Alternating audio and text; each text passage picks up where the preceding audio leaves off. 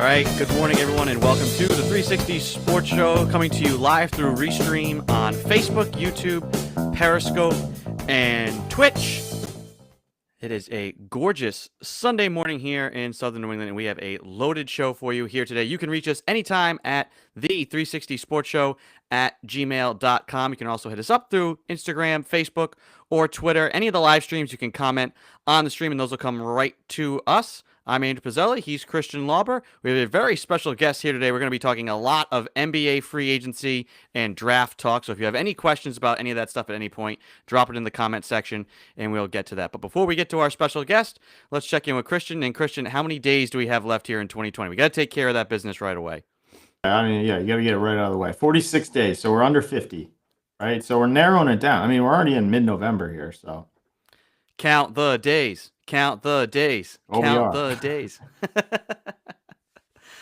Awesome. So, as I mentioned, we have a very special guest here today. He's been on the show before to help us break down NBA free agency and trade deadlines and things like that.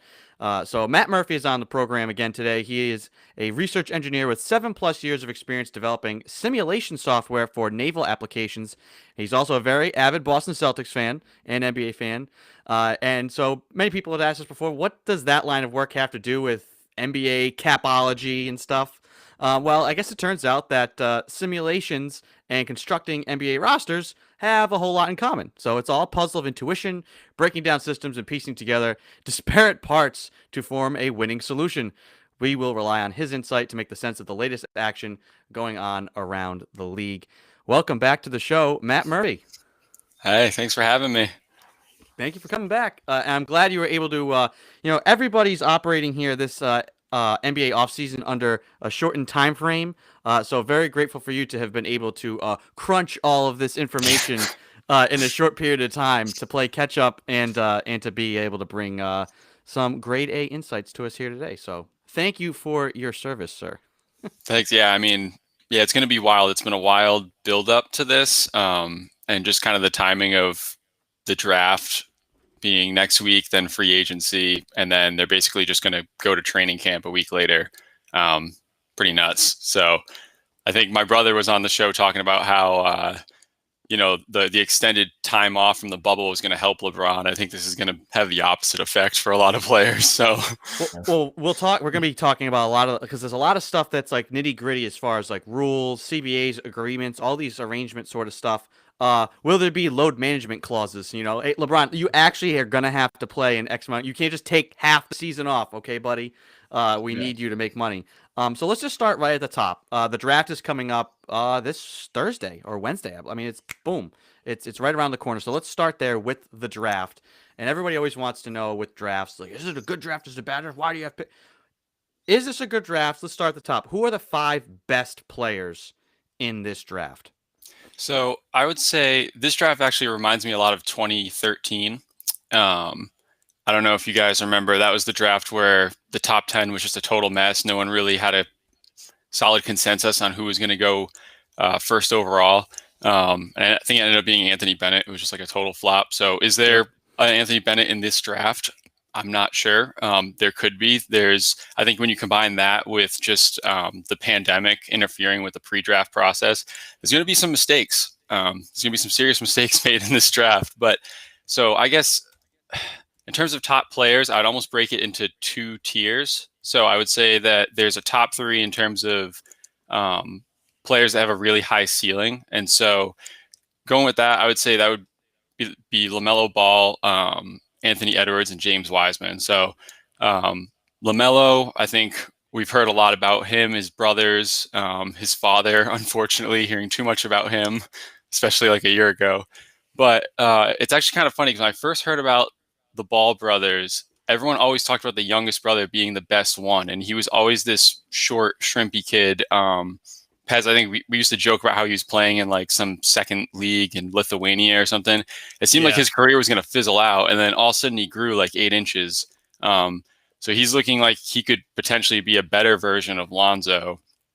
And he was really tearing it up, playing against grown men in New Zealand. That Australian league is no joke. They're really known for playing hard. It's a very physical brand of basketball. So for the fact that he could come in there at 18 years old, 19 years old, and just be a starter, be a winning player. Speaks a lot about him as a prospect. James Wiseman, guy from Memphis who had a weird situation with some sort of recruiting violation. He played 2 games, really dominated in those games. It's not often that you see a big man with those sort of tools. Kind of thinking back to Joel Embiid, those types of centers are starting to get phased out, but if you're that talented, you kind of have to take a shot on a guy like that.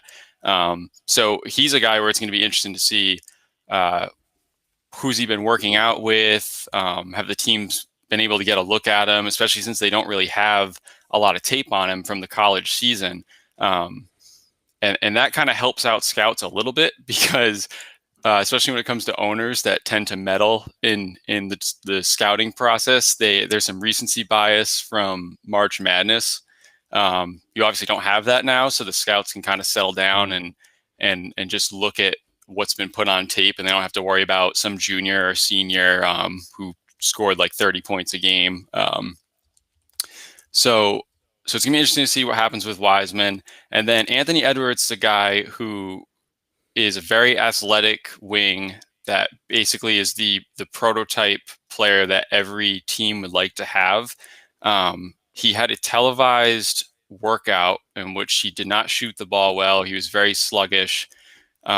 It's got to be tough for these guys. Imagine if you're 18 years old and your season gets canceled and someone just basically gives you a basketball and says, hey, you got a job interview in 6 months. Good luck.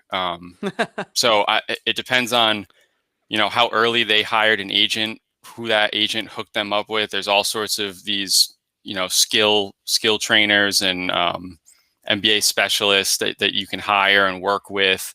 Obviously you want to avoid a Markelle Fultz situation where some guy comes in and says, hey, I'm going to change your jump shot right before the draft.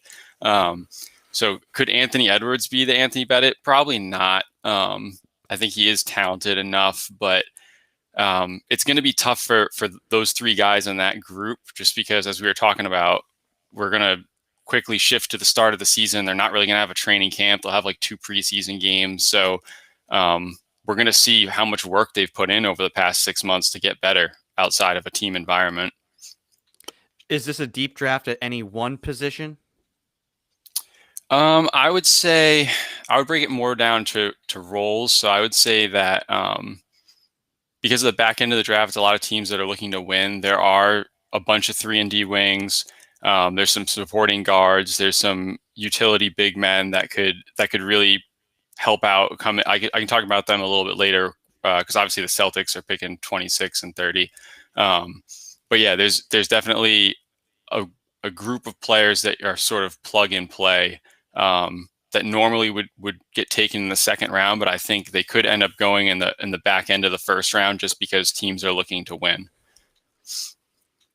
Yeah, I just want to quick cut in. This kind of ties into that what you were just mentioning as well. But we just have news from Woj and Sham saying that the Lakers are in advanced talks to trade for Dennis Schroeder, and the deal is expected to include that 28th pick for LA. So just quick hit on that and your thoughts on that. Is there a player in the later obviously the Lakers are in a win now mentality, right? So Schroeder is probably a guy that you would take for that 28th pick. Replaces Rondo in my mind. That tells me that Rondo's gone. Yeah, that's interesting. So it can be completed tomorrow at 12, obviously, right? When everything starts, hitting the fan. But just your initial, your thoughts on that, and I guess as your thoughts as well. I think that's a pretty solid move for the Lakers in my mind. No, definitely. I mean, taking some of the pressure off of LeBron, handling the ball. They were kind of relying on Rondo to just magically show up in the playoffs, which he did.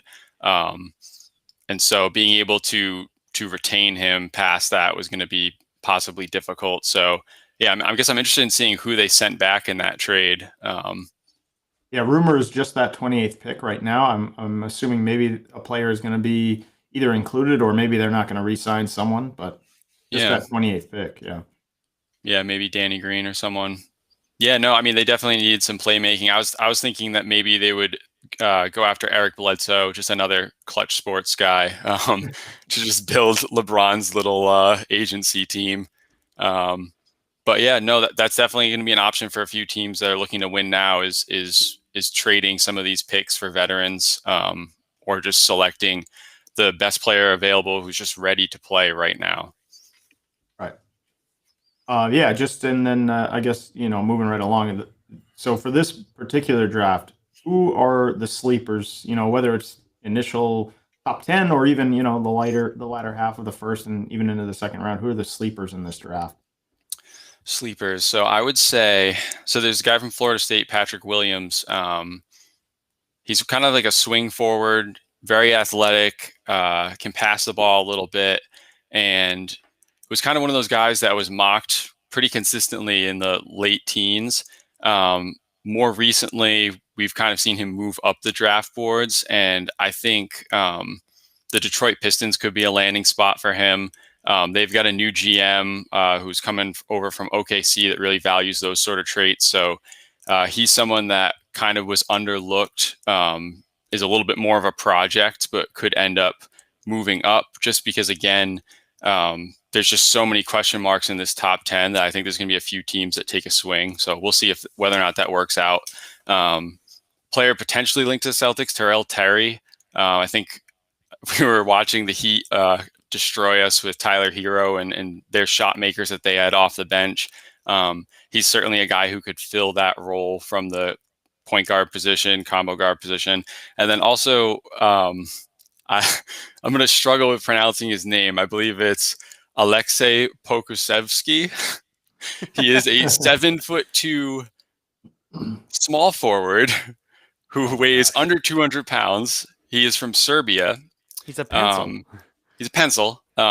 He plays in the Greeks' second league, the Olympiacos B, which is not a very good league. But teams are kind of enamored with him, and there's a chance he could end up going at the end of the lottery. I saw him potentially being mocked at 14 to the Celtics. I would be terrified of that. I mean, the good thing is that he's a draft and stash kind of guy, so you can pick him. That would make Christian puke. I don't know if you said we had a we didn't have a fight, but we had an argument over this last week, and we'll get into it because we will give our New England fans a little bit of a deep dive with the Celtic stuff.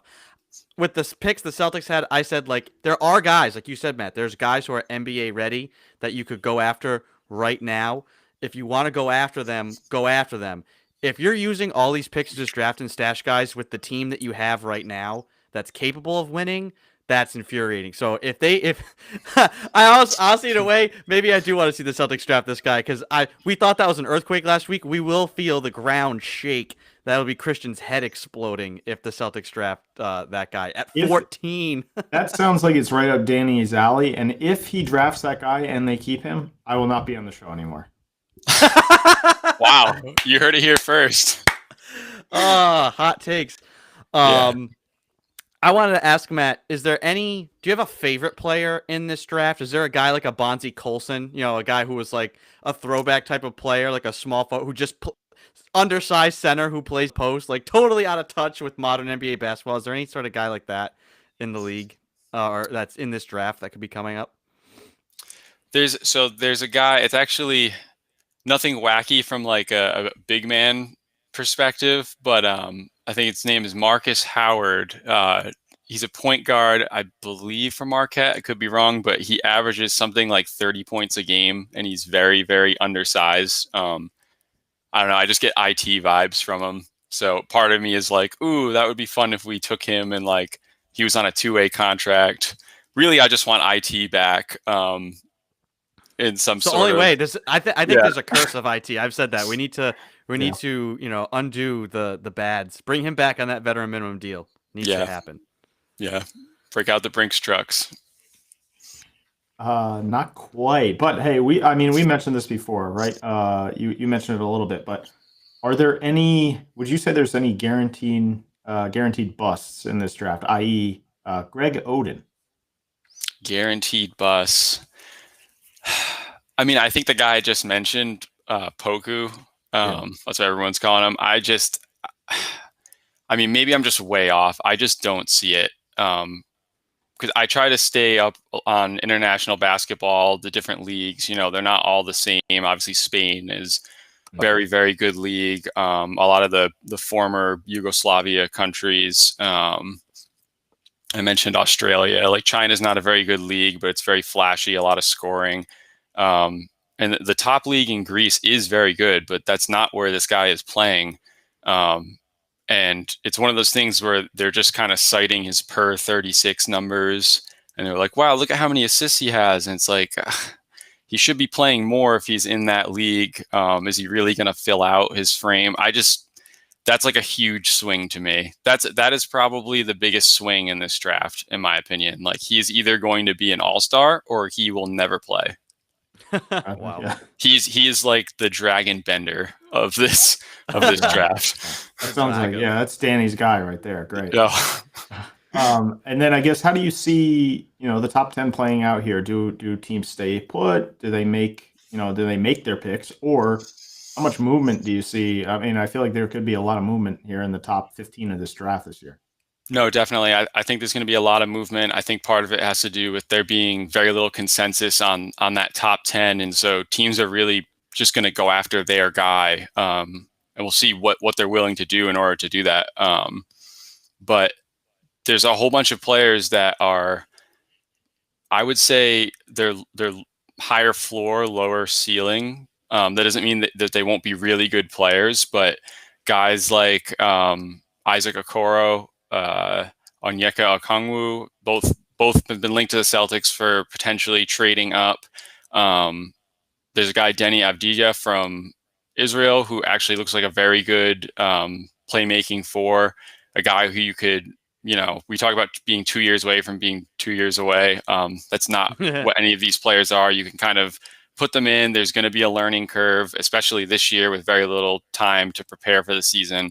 But they could end up cracking your rotation and making huge strides in their development by next year. I think I'm trying to think of a couple other guys. Tyrese Halliburton is point guard with pretty good size, not super athletic, but really tremendous feel for the game. Obi Toppin, I think, Pez, we got a chance to see him in person at the last sporting event that we attended. We were all there. We were all there. I do want to ask you about, you bring up Obi. So funny thing about that. Obviously everybody knew he was a star and was projected to be a lottery pick coming in. Whether or not he was going to be the first pick, whether he was going to be somewhere in the top 10. We knew that before we went to go see him in person. And I was impressed with him in person with like his, I'd say like poise. Like he seemed like a guy that the game kind of looked effortless to him. As far as, now I do think he lacks some stuff defensively, but as far as his offensive game, he kind of reminded me of like a bit of a bigger but slower Tatum. And so I said, where does he fit on an NBA roster? And we actually were sitting with a whole bunch of NBA scouts and executives. And so after the game, I mean, they were all very impressed with him. Like, and he had a monster game. He had he had a multiple breakaway, like windmill dunks, like alley oops. Like, the dude was insane. He was having that. We got robbed of seeing what he was going to do in the March Madness tournament, because that Dayton team was really fun. They destroyed URI. Oh boy. Anyway, that's a side conversation. But we asked these guys after the game, where do you see him? Because he's kind of too slow, I think, to be a modern 3. Does he have the physicality and the mentality to be a 4? Does he want to defend 4s? How does he fit on an NBA roster? And this executive for the Spurs who we were talking to turns to us and he says, 5. 5, man. So I'm like, wow. And I think that, and they were like, we're all watching the Rockets. If the Rockets have a lot of success in the postseason, more teams will embrace this going hyper small thing. So he could be the new wave of center. These guys who are 6'9", 6'10", athletic, can shoot, can run, can pass, can kind of do it all. Really moving. If you're 7 foot tall, you don't belong in the NBA anymore, which is kind of crazy. Now, having said that, one of the latest mock drafts I saw has him going to the Spurs. Do you see Obi Toppin potentially being a center being played at the 5 in the NBA? Is that his fit? Because he just doesn't maybe fit into the like in a modern NBA system. That's really his only fit because he doesn't have the size or he doesn't have the speed to really defend or play those other positions now. Yeah, I think he probably fits best at the 5. I've seen some Amari Stoudemire comparisons. Yeah. So again, maybe 10 years ago, you'd go, wow, this is the perfect 4. But yeah, I think he probably doesn't move his feet well enough on the perimeter to play that position. Yeah, he's probably his best fit at the 5. It is kind of funny that worked out, that you got like the inside scoop there, and now we're looking at mock drafts, and he's kind of just sitting there at 11. And you bring up a good point about March Madness. I do think he's one of those guys that had the season played out, we'd be talking about him being possibly top 5 pick, top 7 pick, just from that sort of recency bias and teams looking at a guy having that much success, while still being very athletic and still having some upside. But he's a guy who could end up sliding a little bit down the board. So that would be a huge. I mean, the Spurs have played such a traditional brand of basketball almost defiantly. I don't know if this is like Pop's like get off my lawn kind of last stand the past couple of years with DeMar DeRozan. It's been very strange to see, but maybe he just totally flips it the other direction and takes this guy to play him at the 5. So that would be really cool. Maybe that's why Tim Duncan wanted out. He's like, you're moving away from traditional basketball. I want out of this. Exactly. Yeah. Drama with the Spurs. Yeah. Yeah, So, for those that didn't know that. Oh, go ahead, Christian. Sorry. Yeah, just a note on him. I mean, I feel like, he could potentially play anywhere from 3 to 5. It just depends on what team, he gets slotted in. But for a position like, center, he could be a severe mismatch on the offensive end for any other 5. But on the defensive end, does he have the ability to defend that position? I'm not so sure of that. Based on what we saw, obviously it was Dayton versus URI. So how much can we get out of the gap? But even just watching him in some other matchups, if he gets it, against Anthony Davis or Embiid or someone like that, does he have the size to handle those guys? I'm not so sure about that. Embiid will just leapfrog him. Yeah. Yeah, that's sort of an underrated thing about these pitch hitter centers like Enes Kanter. A lot of people talk about how bad he is defensively. I think he's actually very good defensively in the low post. That's it. Right. Just that one specific area. I think, yeah, that's somewhere where Toppin would probably get destroyed. So ideally, if he's playing 4, he's kind of a weak side shot blocker. That's probably a better spot for him defensively. I think if you're drafting him, you're recognizing that you're either going to have to play a specific way, or you're hoping that what he contributes on offense outweighs the defensive limitations. Yeah, gotcha. All right. And then, we were talking about moves, obviously, in that top 10, top 15, even top 20. I mean, the Celtics, who knows what they do? They could package those 3 picks. But what are some other moves, and the Celtics included, if you have thoughts on that, what are some moves that we could see on draft day? Sure. Yeah. I think there's a chance the Hornets could end up moving up. I believe they actually ended up winning one of those lottery picks. It used to be for the top 3. Now it's for the top 4. So the Hornets are picking 3rd. There's a chance that they might fall in love with Wiseman just because they could use a center. The Bulls have been linked to LaMelo Ball, but their GM, his name is escaping me, but he's actually comes from Denver, and they're pretty big in international scouting. So I kind of see Denny Avdija going to the Bulls. So there's a chance that one of those teams at 3 and 4 could end up trying to leapfrog the Warriors, depending on who the Warriors fall in love with. A big team to watch is going to be the Knicks, I think, because they're in a position where they just need to add anyone that makes them relevant. And that person to me is Russell Westbrook. So Gordon Hayward. Don't say that. Yeah, no, I mean, that's possible, but I could see the Knicks getting a little crazy, getting a little stir crazy. When we're talking about teams that could make mistakes, do not put it past the Knicks to make some sort of horrible mistake in this draft. Oh, yeah, I have no doubts that will happen. Yeah. kind of get into, we can kind of run through these some team specific scenarios because there's been a lot of rumors. It started, I think, about Friday afternoon, and it's just built throughout the weekend. I mean, the rumors are going to be flying like crazy. But I want to get your thoughts on some of these, and we'll run through them. The Warriors trading their pick. I've said right along, I feel like the Warriors are in such a unique position. They could draft a really talented guy. Like they could draft Wiseman. Like they could put him on that team, and that is just such a dynamic team now with the shooting and then what his potential is.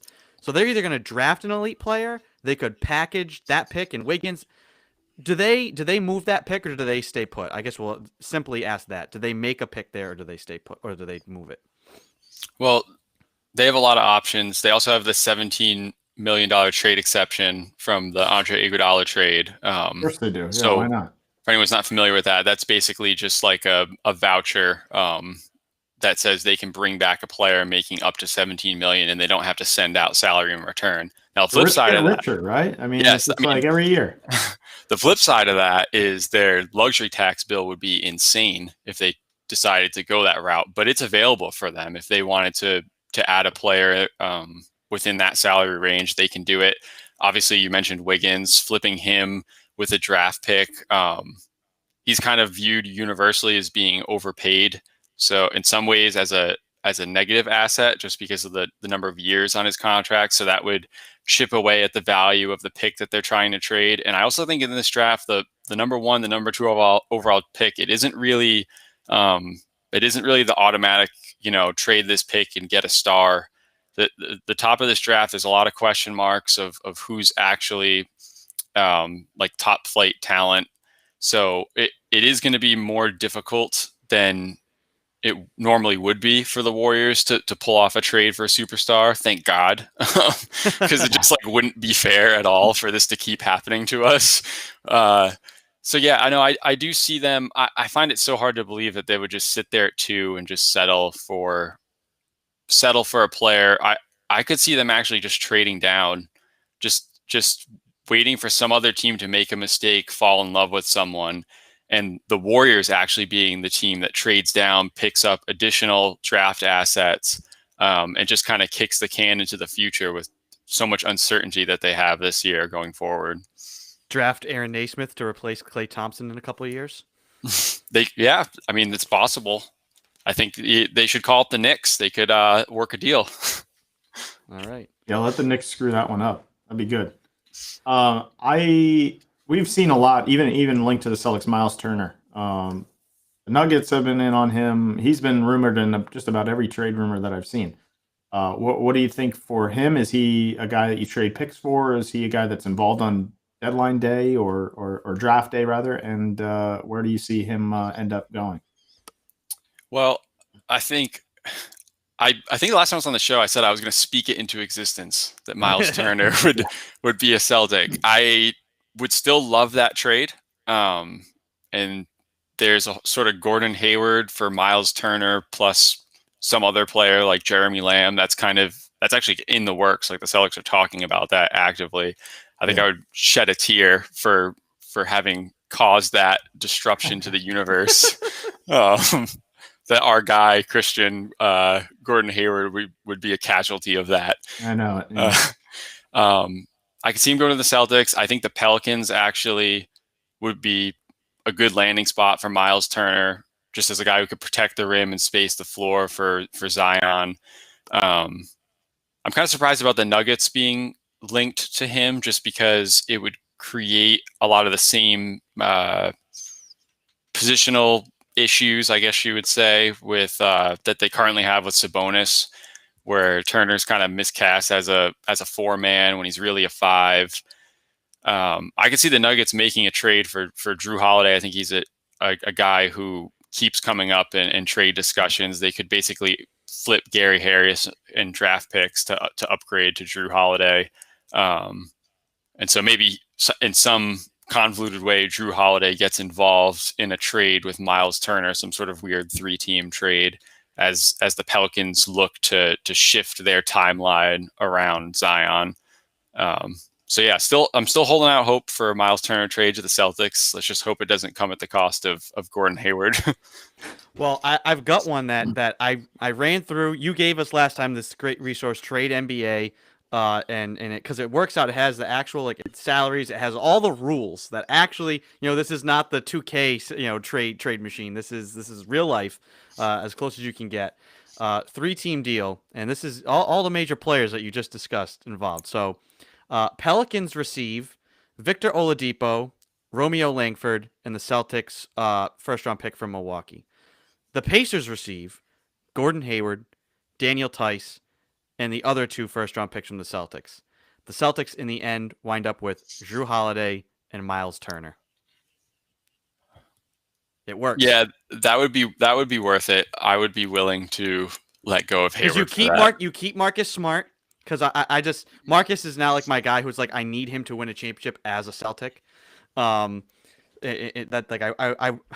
guess I would accept a championship if they dealt him as part of some deal and you bring back somebody that brings you a ring. Like obviously I'd be fine with it, but I feel like you substitute Gordon Hayward, who I love, but honestly, what you have gotten out of him, throughout the life of his contract and his career as a Celtic, it's just unfortunately been tainted by injury. So him, Tice, and Langford, essentially, and picks who both know, me and Christian have said, unless you're drafting real players, I don't want to just stash more, Gershon Yabusele's, Zizic. Ante Zizic's out there for a team that's ready to win now. Jrue Holiday and Miles Turner, oh my gosh, I feel like that's an unbelievable trade, and it works. It actually works. Yeah, I mean, Jrue Holiday is criminally underrated because he's a guy he can legitimately can play point guard, but he's actually better suited as like a hybrid 2, small ball 3. You could see lineups with all 3 of those guys out there, possibly Kemba, Smart, Jrue Holiday. Yeah, that would be scary. Brown at the 4 and Tatum at the 5. Yeah, I don't think people realize how significantly better Jrue Holiday makes a team. Like he is significantly underrated in so many respects. Like this guy could come off the bench or he could start. It just depends on what you want to do, and he can play multiple positions. So no matter what team, exactly, and no matter what team he goes to, especially here, I think he could significantly help this Celtics team. There's been so much smoke about this, Matt, and we've discussed this on the show between me and Christian. I just want to know your opinions on this. Could the Warriors actually trade for Giannis or Embiid? Because people just float all these out there, and it's great fodder to talk about. But is that realistic? Is that realistic from the team building perspective, and is it realistic from numbers? Can the numbers even work? And not even work, but like you said, the luxury tax, is that something where it's like, oh, the Warriors going to want to pay $1 billion to field a team for a year? Something insane. Yeah, probably not in this financial environment. Yeah. So yeah, I think the rest of the league is kind of waiting to see Giannis's decision on that Supermax extension, and that is going to be the biggest domino to fall. Because the Bucks, whenever you have a player like that, a true superstar, even if he says that he's not going to sign the extension and he just wants to see how the season plays out, you can't trade him. You have to just you're better off trading away your future, trading picks for whatever player he wants on that team, and then hope that when he hits free agency, he re-signs with you. It is risky, but I'm just not even sure if the Warriors could put together a package that would make sense. I mean, financially, Wiggins would have to go. The number 2 pick would have to go. But again, this draft isn't I would say like a great draft. The Warriors do have some future picks. I just don't even know if they have enough to basically land Embiid. And so there's a lot of teams out there waiting to see what his decision will be. The Miami Heat have been hoarding cap space for 2021 to the point that they might not even extend Bam Adebayo just to sort of see if they can also land Giannis. They have Dragic, who they might be able to bring back on like a 1-year deal that's highly inflated. I know Toronto has a lot of decisions to make with Fred VanVleet and a lot of the older big men on their team, whether or not to re-sign them, to preserve cap space to go after Giannis. Because there's one thing to have cap space, but if you lose so many players that you're not even a playoff team anymore, then why would you want to go there? So it's a delicate balance. Dallas is also in the mix there. So I don't see it being super realistic for the Warriors to land Giannis. And let's hope that it's not realistic. Because if I'm wrong, we should stop watching. It's over. Well, that's what I've said. If it happens, it's just not even. It's just not going to be fair. I like that the NBA, even though there's multiple super teams right now, and which means that there's also multiple teams that are just garbage. At least we don't know who's going to win the NBA championship every year. You know, we can guess which teams will be in the mix, but we don't actually know. Yeah, I mean, I think so. Supposedly, Giannis is looking for a Greek influence, right? So I heard this locally, earlier in the week that teams that he's been sniffing around a little bit in terms of what you just said, Miami, Dallas, and even Boston is in the mix as well. So yeah, Giannis is all about, he's kind of a different guy. I don't see him going to the Warriors unless he's absolutely traded there, right? And if you're Milwaukee, you don't have to trade him because at the end of the day, right, if you're getting an Andrew Wiggins back, what does that do for you? You're going to get a pick in Andrew Wiggins, and then you're just going to be back at square one. So you might as well keep him, see if you can, have him stay. And then if not, you go right back to the tankathon and see, who's the next guy for you, right? So they're not going to trade him until he ultimately says one way or another he's gone or he's staying. But just a tidbit that I heard earlier in the week that he's looking at, those places instead of, the LAs and the sunshine. He's looking at Miami, Boston, Dallas, places like that. Yeah, and even Toronto. Well, it's good that he's starting in Milwaukee. He's already in the frozen tundra, so Boston's like a tropical destination compared to Milwaukee. Yeah. Yeah, and as a side note, it's actually been kind of funny to see all of those teams somehow have signed one of his brothers to just legally tamper. So the Lakers at one point had one of his brothers on a two-way contract. I think Dallas did. And then actually this past season, Milwaukee signed one of his brothers. And then the youngest brother is coming out for the draft either next year or the year after. And he's actually supposed to be really good. So maybe it's one of those weird things we talked about, LeBron wanting to go wherever his son goes. Maybe Giannis ends up making his decision based on playing with his youngest brother. Who's gonna go what at the bottom of the second round? Some team that has no idea that the fortunes of Giannis coming to them rests with the 56th pick. He wants to line up with just his family. That's the starting five. Make it happen. He wants a lineup of just his Instagram followers, which is exclusively his family. Yeah. That's my depth chart. I will go wherever makes that happen. I will do that. All right, so back to some different trade scenarios here. Your thoughts on the Rockets? So are they blowing that thing up over there? Are they getting rid of Harden, Westbrook, one or both, or what are they going to do? And your thoughts on if the Celtics should make either of those? So Pez is throwing up. I think that I blame this all on the Rockets ownership. I think that what they have done to manage this team, they have a large enough market where they could have spent more money and gone to the tax, and they decided to go cheap.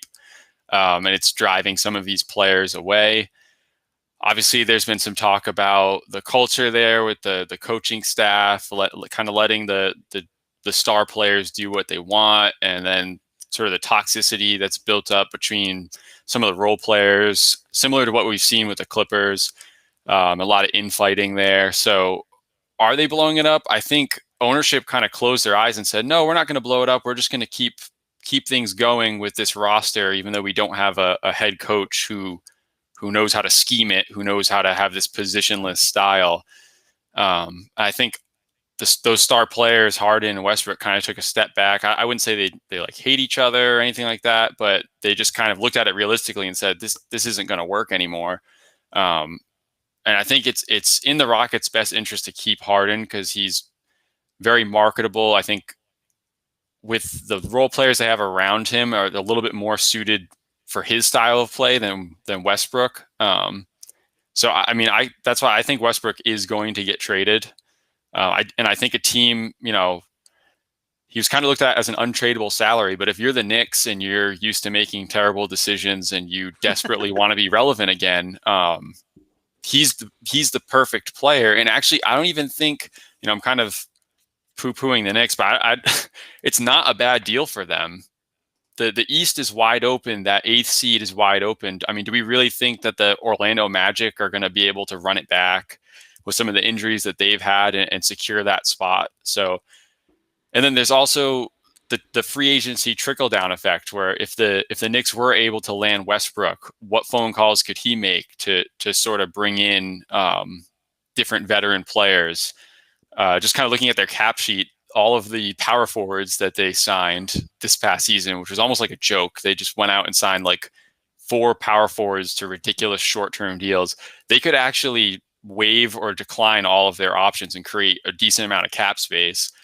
So this, and they do have a decent young core. I mean, it's doable. If I'm the Knicks, I would do it. I would just do it and try to get the 8th seed and be relevant again and make the playoffs. Well, but they're not smart, so none of that's going to happen. yeah, that's true. You have RJ Barrett too, right? So he's another young guy that can help, and then maybe Gordon Hayward. You got Gordon Hayward, RJ Barrett, and Westbrook. That's not a bad get. That crap organization, they'll take anything. Right. Yeah. No. I mean, they would legitimately, I think, make the playoffs. So, I mean, how much longer do you want to be on this cycle of mediocrity? Because they apparently can't draft all that well. At least they can't draft point guards. So let's just go get one with Westbrook. Any thoughts? And this kind of folds into my next question, which was about the Nets trading Kyrie in any form or fashion, reuniting the OKC Big Three. You ship Kyrie out, you bring back in Westbrook and Harden, and they decide to run it back and win a chip together in a team that maybe will function better than Houston, since Houston has zero flexibility. Yeah, when I first saw that idea, that was probably the fastest I ever went from "this is the stupidest thing I've ever seen" to wait a minute, this could make sense. It would be almost impossible to pull off, and it would be kind of a bad look for Brooklyn to just move on from Kyrie that fast, and to make that sort of crazy. Even if internally they probably want to. So yes, the pie in the sky OKC Big Three reuniting reunion is fun, but not going to happen. I personally have said, I said this a couple weeks ago with Christian. Maybe if it's just been last week. The weeks are so long now. The weeks feel like years. That Brooklyn team has so many good young guys. I think if you just put Kyrie on the team that was in the playoffs last year for Brooklyn, if you just put Durant back on the team that was in the playoffs last year for Brooklyn, that's a really good team with guys like Dinwiddie and LeVert really starting to elevate themselves. I feel like you bring Kyrie back, they're gonna okay, Kyrie and Durant are gonna have their nights, but the team's just gonna be unhappy. They're gonna look like the 2019 Celtics, and just kind of. I would trade Kyrie in a heartbeat. Or do you think it's actually gonna work there with those guys? I just feel like you already hear enough people in the organization have not really liked what he's brought to the table. Yeah, I don't think it's gonna work with the roster as is. I think they're gonna actually do what Danny Ainge was unwilling to do when Kyrie was here. He did not want to trade Brown or Tatum, and that ended up causing a lot of friction because you obviously have 2 very different timelines. You have a bunch of talented guys who are in their early 20s. They contribute towards winning, but they end up making some big mistakes in crucial moments. And then you've got guys in their late 20s, early 30s, Al Horford, Gordon Hayward, different level of experience. It on paper, it looks great talent-wise, but then you think about the chemistry and where different people are in their lives and in the locker room, and it just doesn't quite work out that way. So ultimately, I think the relationship between Kyrie and Durant is enough to keep those two together, and I just think they have enough ammo in other areas. Karis LeVert, I think, is a guy who could end up getting flipped for someone like either Drew Holiday or maybe Oladipo, bringing in like a third pseudo star into the mix could really help them. And yeah, I'm not sold on any sort of Kyrie trade just yet. I think it's too early in his contract, and the rest of the league knows that, and the Nets are kind of stuck with him, and he's not our problem anymore, which is fantastic. But do you so unrealistic to happen? But do you think it would be in the Nets' best interest for it to happen? Like I agree, they're probably gonna ship their young guys out, but is that the wrong decision long term for them if they do?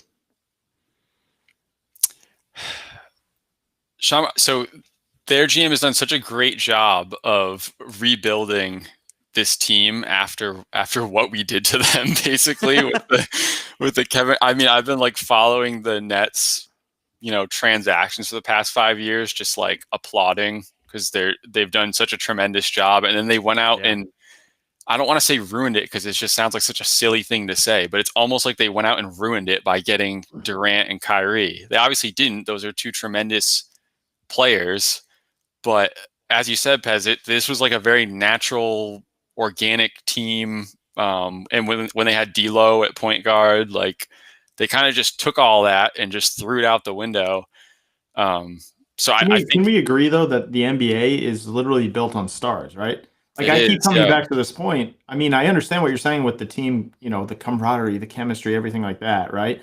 And at the end of the day, you got to pull the trigger on these guys. Like if you have an opportunity to get Kevin Durant and he's willing to come to your team, you don't say no because we have a good young core that's never going to win it. Yeah, Durant, yes. Kyrie is just you're missing the point on bomb. Kyrie though. Because it's different between him in the Nets and him on the Celtics. Kevin Durant is the number one option on that team. He's the leader of that team, not Kyrie. Kyrie's going to sit back, and Kyrie is a lot more talented than like Karis LeVert and these guys. I mean, I think that'd be crazy not to say that. And talent trumps everything in that league. And also, I mean, back in the day, it was all about big threes. I'm noticing this growing trend of duos.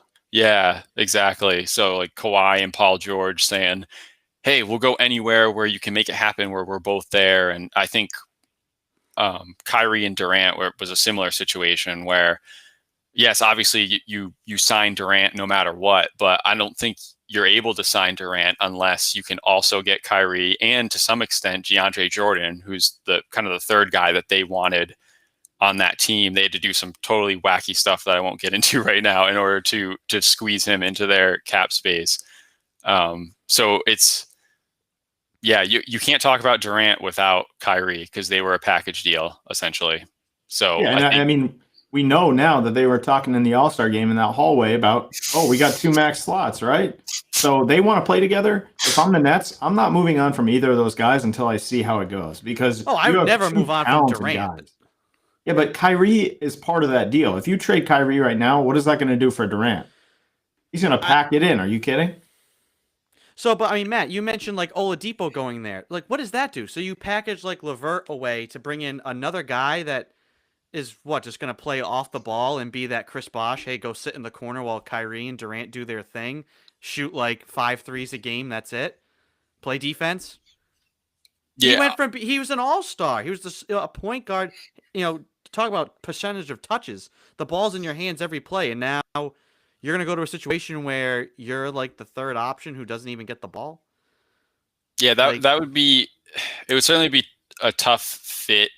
That would be, I mean, anytime you have these star players, they kind of have a greater influence over your team's decisions and moves end up getting made that a GM normally wouldn't make. And we saw that when LeBron was on the Cavs, him just basically going out and getting all the players he wanted to play with in trades that weren't really super beneficial for the Cavs in the long term.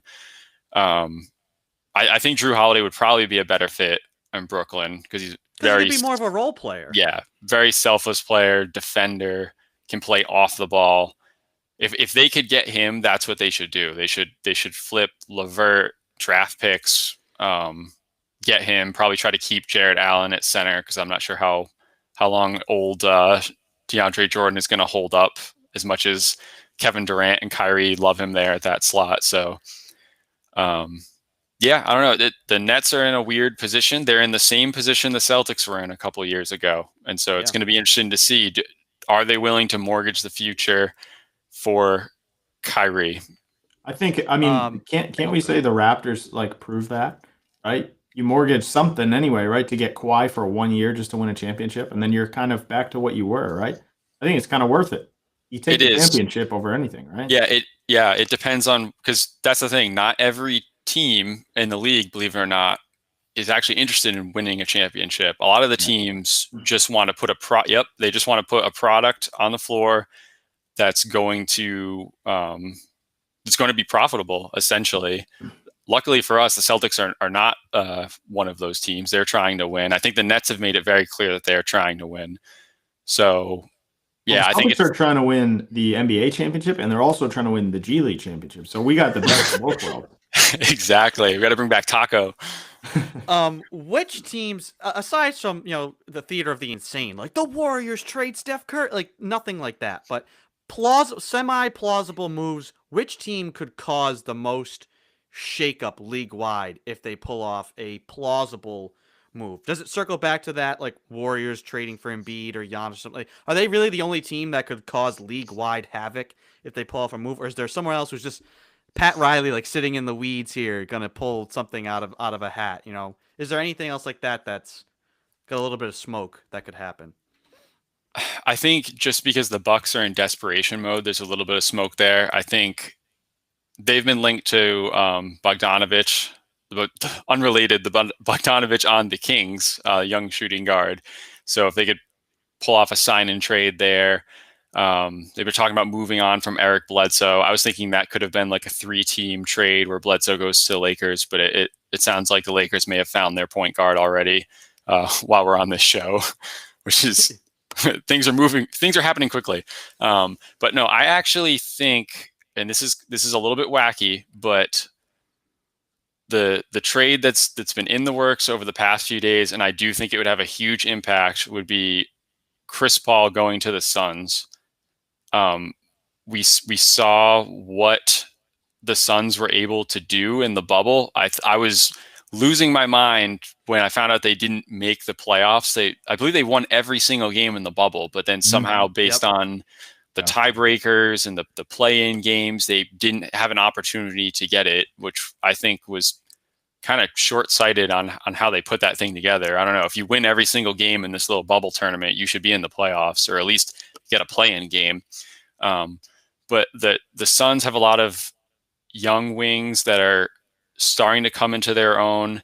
DeAndre Ayton at center, obviously Devin Booker. I was actually thinking that Devin Booker could end up on Minnesota to reunite him with D'Lo and Karl Anthony Towns. Those three have been rumored to want to play together for a long time.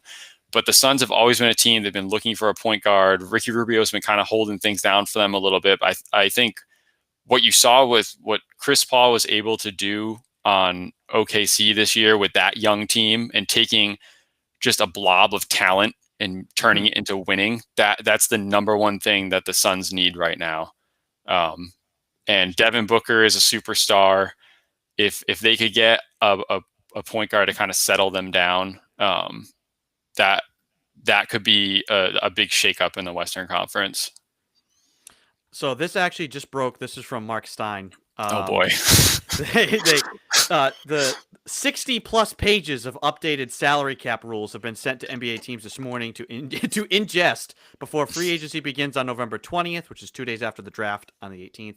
And lead off with the news teams have been awaiting for months. The freeze on trades enacted on March 13th tomorrow so trades can start happening tomorrow at noon. And Matt, my last question here before we get into some Celtics specific stuff. Normally, and we've talked about this, we see a lot of moves, draft day moves, hey, the Celtics have traded the number 5 pick to the Supersonics for Ray Allen. But what happens is, hey, they draft Jeff Green, wait a month, and then that move actually happens. A guy goes up, gets his little Celtics hat, comes down, and it's like, congratulations, you're actually a member of the Seattle Supersonics. Because of guys wanting to have that player available to match salaries in the trades. Will we see more, because there's such a shortened period of time between draft and season starting?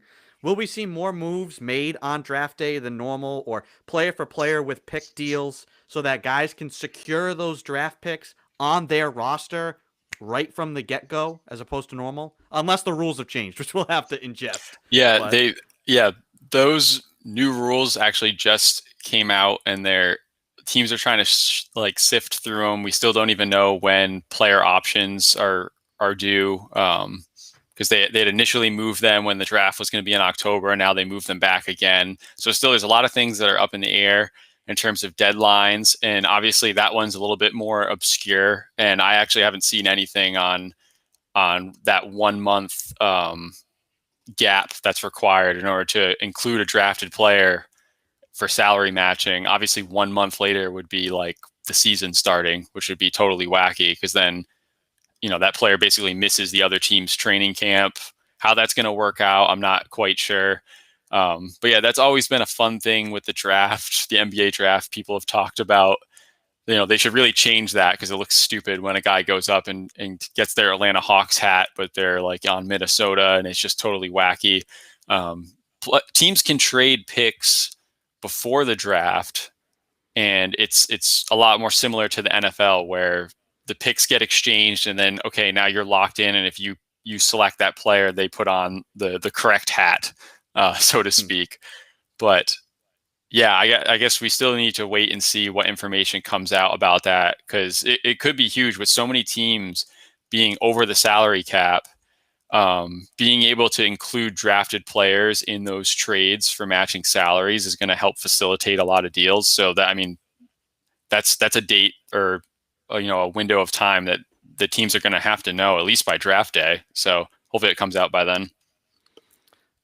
Before we get into any serious Celtics discussion, I want to start first by bringing up this week Tom Heinson passed away. Tommy, no longer with us, and just your thoughts as a Celtics fan, as a Boston person, what Tommy meant. I mean, obviously he's the only guy in my mind. I don't think he's actually been inducted into the Hall of Fame as a broadcaster yet, but Hall of Fame coach, Hall of Fame player, probably will be a Hall of Fame broadcaster as well. I don't think anybody's ever done that.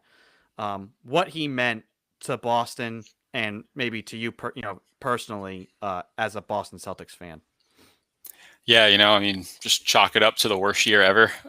Chris should keep counting down those days. We need to get him to zero. But no, I mean, yeah, obviously a huge loss. In a lot of ways, he was basically the Celtics brand, brand and ambassador. Just the number of roles that he held within the organization, and also his importance for the league as a whole. I believe at one point he was the head of the players union, and really made a lot of profound changes for contracts. And so he was obviously very well liked. And we're going to miss the Tommy points. It's going to be interesting to see what they do to continue that, or if they retire it. But it just seems so bizarre to me to think of, at the end of a game when they give the Tommy point and then they show the breakdown for who's like on the leaderboard for Tommy points. Like, I can't even picture a Celtics season where that's not a part of it. And just, yeah, I'm going to miss, like my wife basically yelling, like, who's this guy who's just like so biased? Like, everything is a foul on the other team. Like, who is this guy? And just how all of, the other team's fans just like hated him. But, it was like a hatred that was almost like they knew that if they had him, they would have loved him, sort of thing. So, yeah, Tommy Heinson, he'll be sorely missed. I just think of all the Tommy isms. I mean, things like, he called Robin Lopez the wild man of Borneo one time in a game. He called Aaron Baines all of Australia. Have you seen that guy in the shower? I saw Baines in the shower.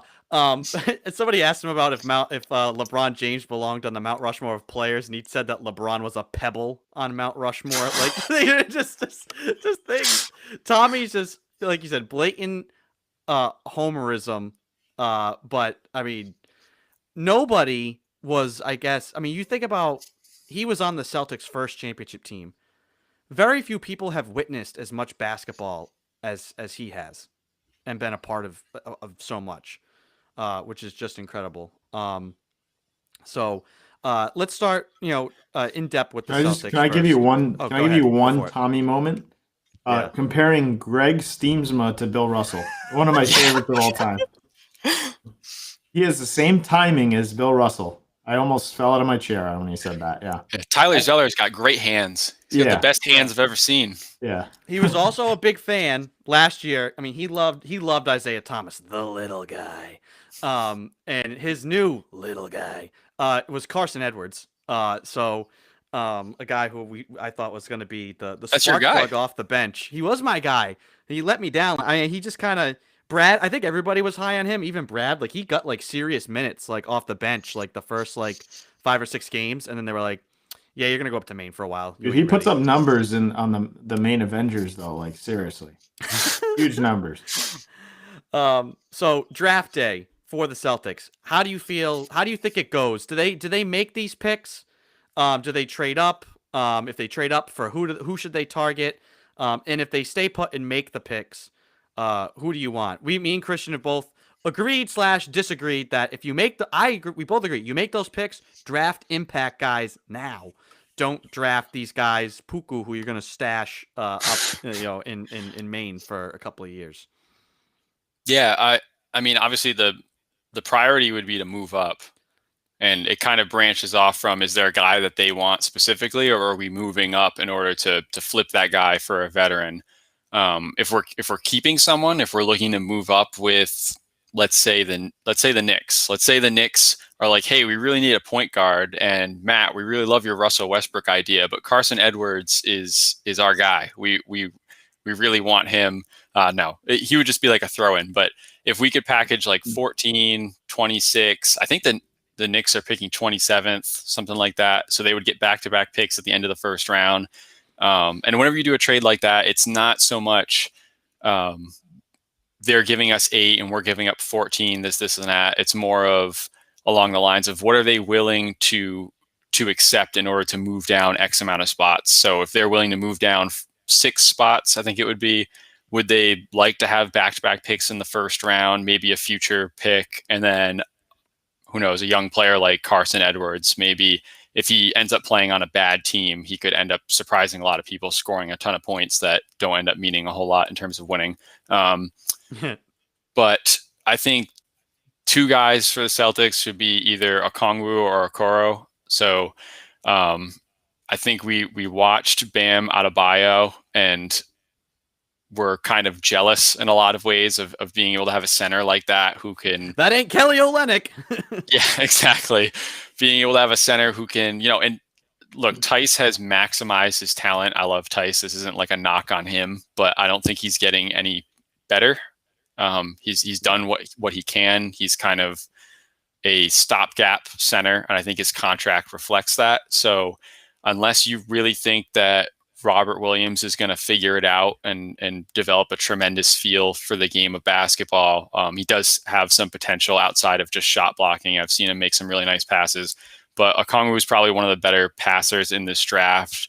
Really good defender. A lot of Bam Adebayo comparisons actually with him. And then more recently, they've been talking about Isaac Okoro, who, again, Danny's collection of wings. You'd say, why are we trading up to draft another wing? You can never have enough wings, in my opinion, especially with this Celtics team being set up playing 3 wings at a time. You need a whole lot more than you used to. Yeah, I mean, we're kind of used to looking back at Paul Pierce playing small forward, and then like, oh, it'd be nice to find a James Posey behind him.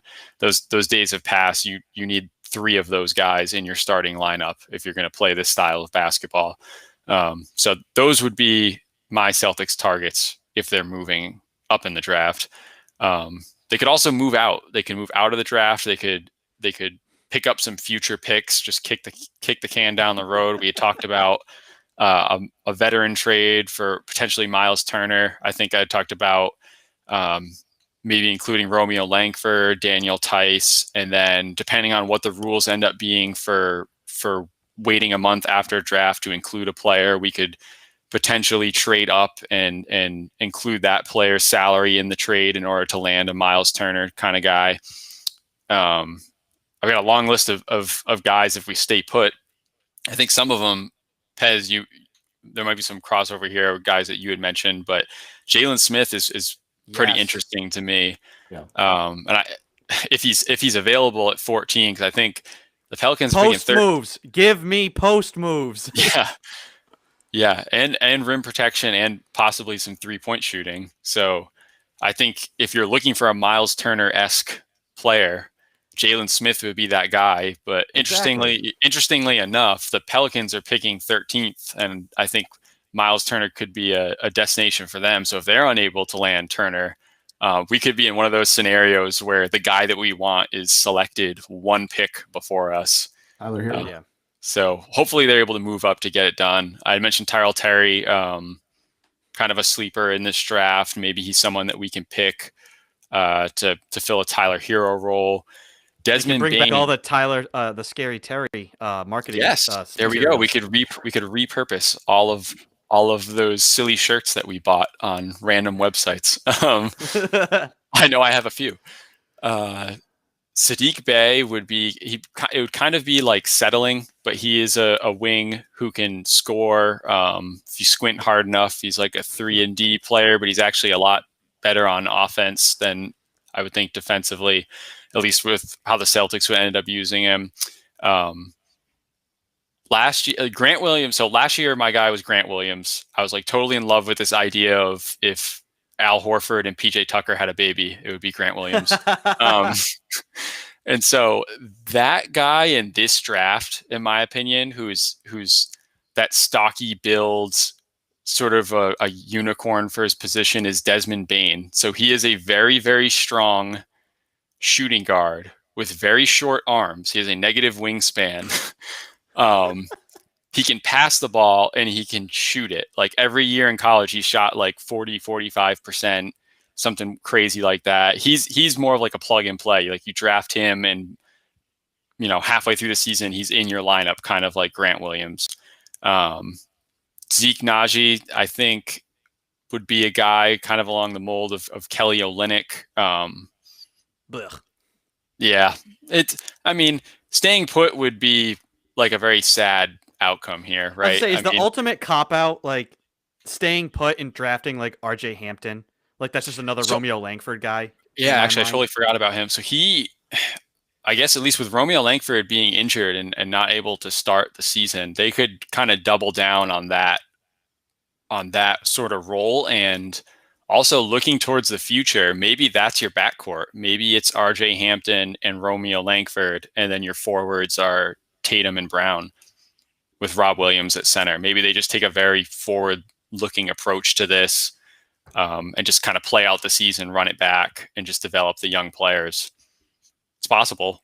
There's a few other guys. Xavier Tillman is, I think, in my opinion, the best passing big man in this draft. He's kind of undersized, but he would have a really kind of like a unique role on the team as a potential Tice replacement. Does a lot of the things that Daniel Tice does, but can also pass the ball, which is something I find interesting. Peyton Pritchard from Oregon is a point guard with sort of limitless range, and he's actually gotten involved in a lot of the like USA basketball scrimmages. He's one of those players where just different coaches and players are like, wow, this guy's really good. He's a senior. So that's kind of the mold I would look towards for the Celtics if they were to stay put at 26 or 30. Just take a senior or a junior who can come in and play and take your swing at 14. 14 is where you take your swing and not too big of a swing. Don't take Poku, but take a swing and have a chance at getting a really good player. They could also go the draft and stash route, which I am hesitating to say because I know Christian is going to lose his mind. I'll lose my mind too. We both don't want that. So Christian believes it's gonna happen. I'm hopeful that they do what you're saying, which I agree. There's players available to fill their needs. They could just draft and fill their needs and run back the team. That's actually the strength of this draft is there are legitimate role players that you could draft and they're going to come in and play and be good players. They will never make an all-star team, but they will be role players. But yeah, that does sound like a very typical Celtics draft. Ton of hype, all this like trading up, trade for Miles Turner, blah, blah, blah, and they just stay put. And if they stay put, they don't have a ton of roster slots. So, I mean, I think one of those 3 picks would have to be draft and stash. I'm hoping it's not Poku. I'm hoping it's actually a guy named Leandro Balmero from Spain. He's a 6'7" wing, kind of like an Evan Turner. Yeah, shaking his head. Evan Turner kind of vibe to him. Can't shoot at all.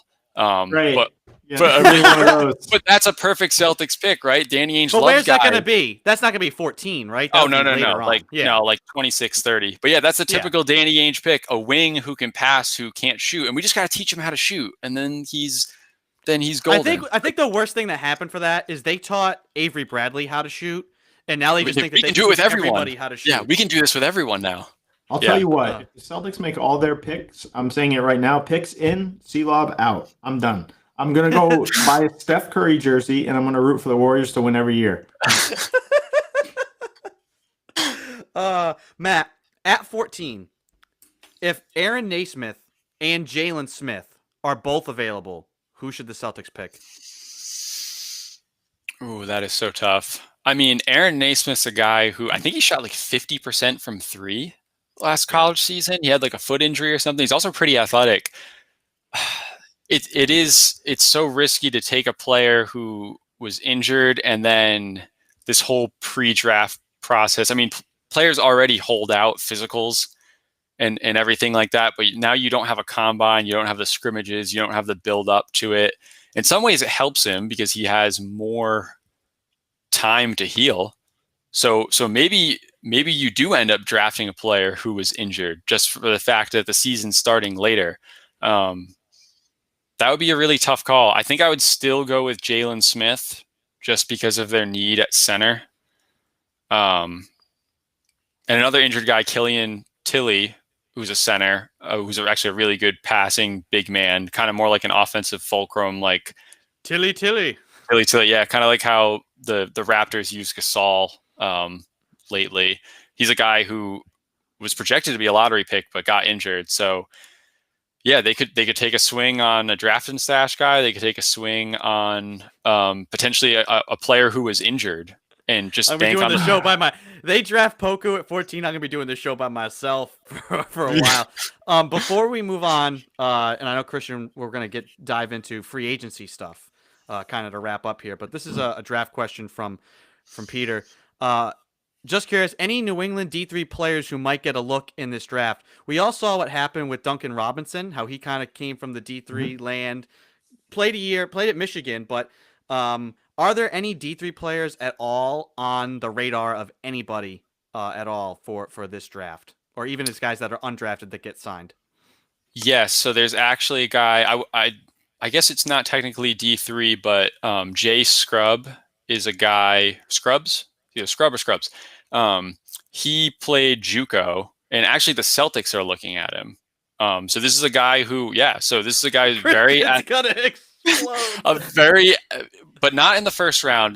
They also, so they're picking 14, 26, and 30. They also have a second round pick at 47, which I think they got from like the Terry Rozier, Kemba Walker trade somehow. But anyways, just taking a shot in the second round, I think that's a guy who maybe you draft and you throw him on the 2-way squad, have him play in Maine. He did have a commitment to some college, I can't remember where, but then he ended up deciding to just come out for the draft, probably because of question marks with the pandemic and whatnot. But yeah, that's a guy where, did not play Division I basketball, and teams are looking at him legitimately in the second round. Let me just cut in. We have more breaking news from that Lakers trade. So Danny Green would be included with the 28th pick. Okay. So it'd be Schroeder for the 28th and Danny Green, which I guess, you mentioned Danny Green. I still feel like that's a good deal for the Lakers. I mean, Schroeder's a good guy off the bench, and he was kind of Chris Paul's backup there in OKC. And he's I always happy, think, though. He's happy for a team that doesn't shoot the three well to begin with. And obviously, Danny Green is like one of their only good 3-point shooters. So I see him filling more of that Rondo role. He's more of a defender than But with Hopefully, you're not LeBron relying and on for any offense. Hopefully, no, spotty here. with LeBron and Anthony Davis though, I mean, like at the end of the day, those are the two guys. If he comes off the bench and gives you some solid minutes, I like the deal. It's all right. Yeah, I think Danny Green kind of underwhelmed in a lot of ways shooting three this year for the Lakers.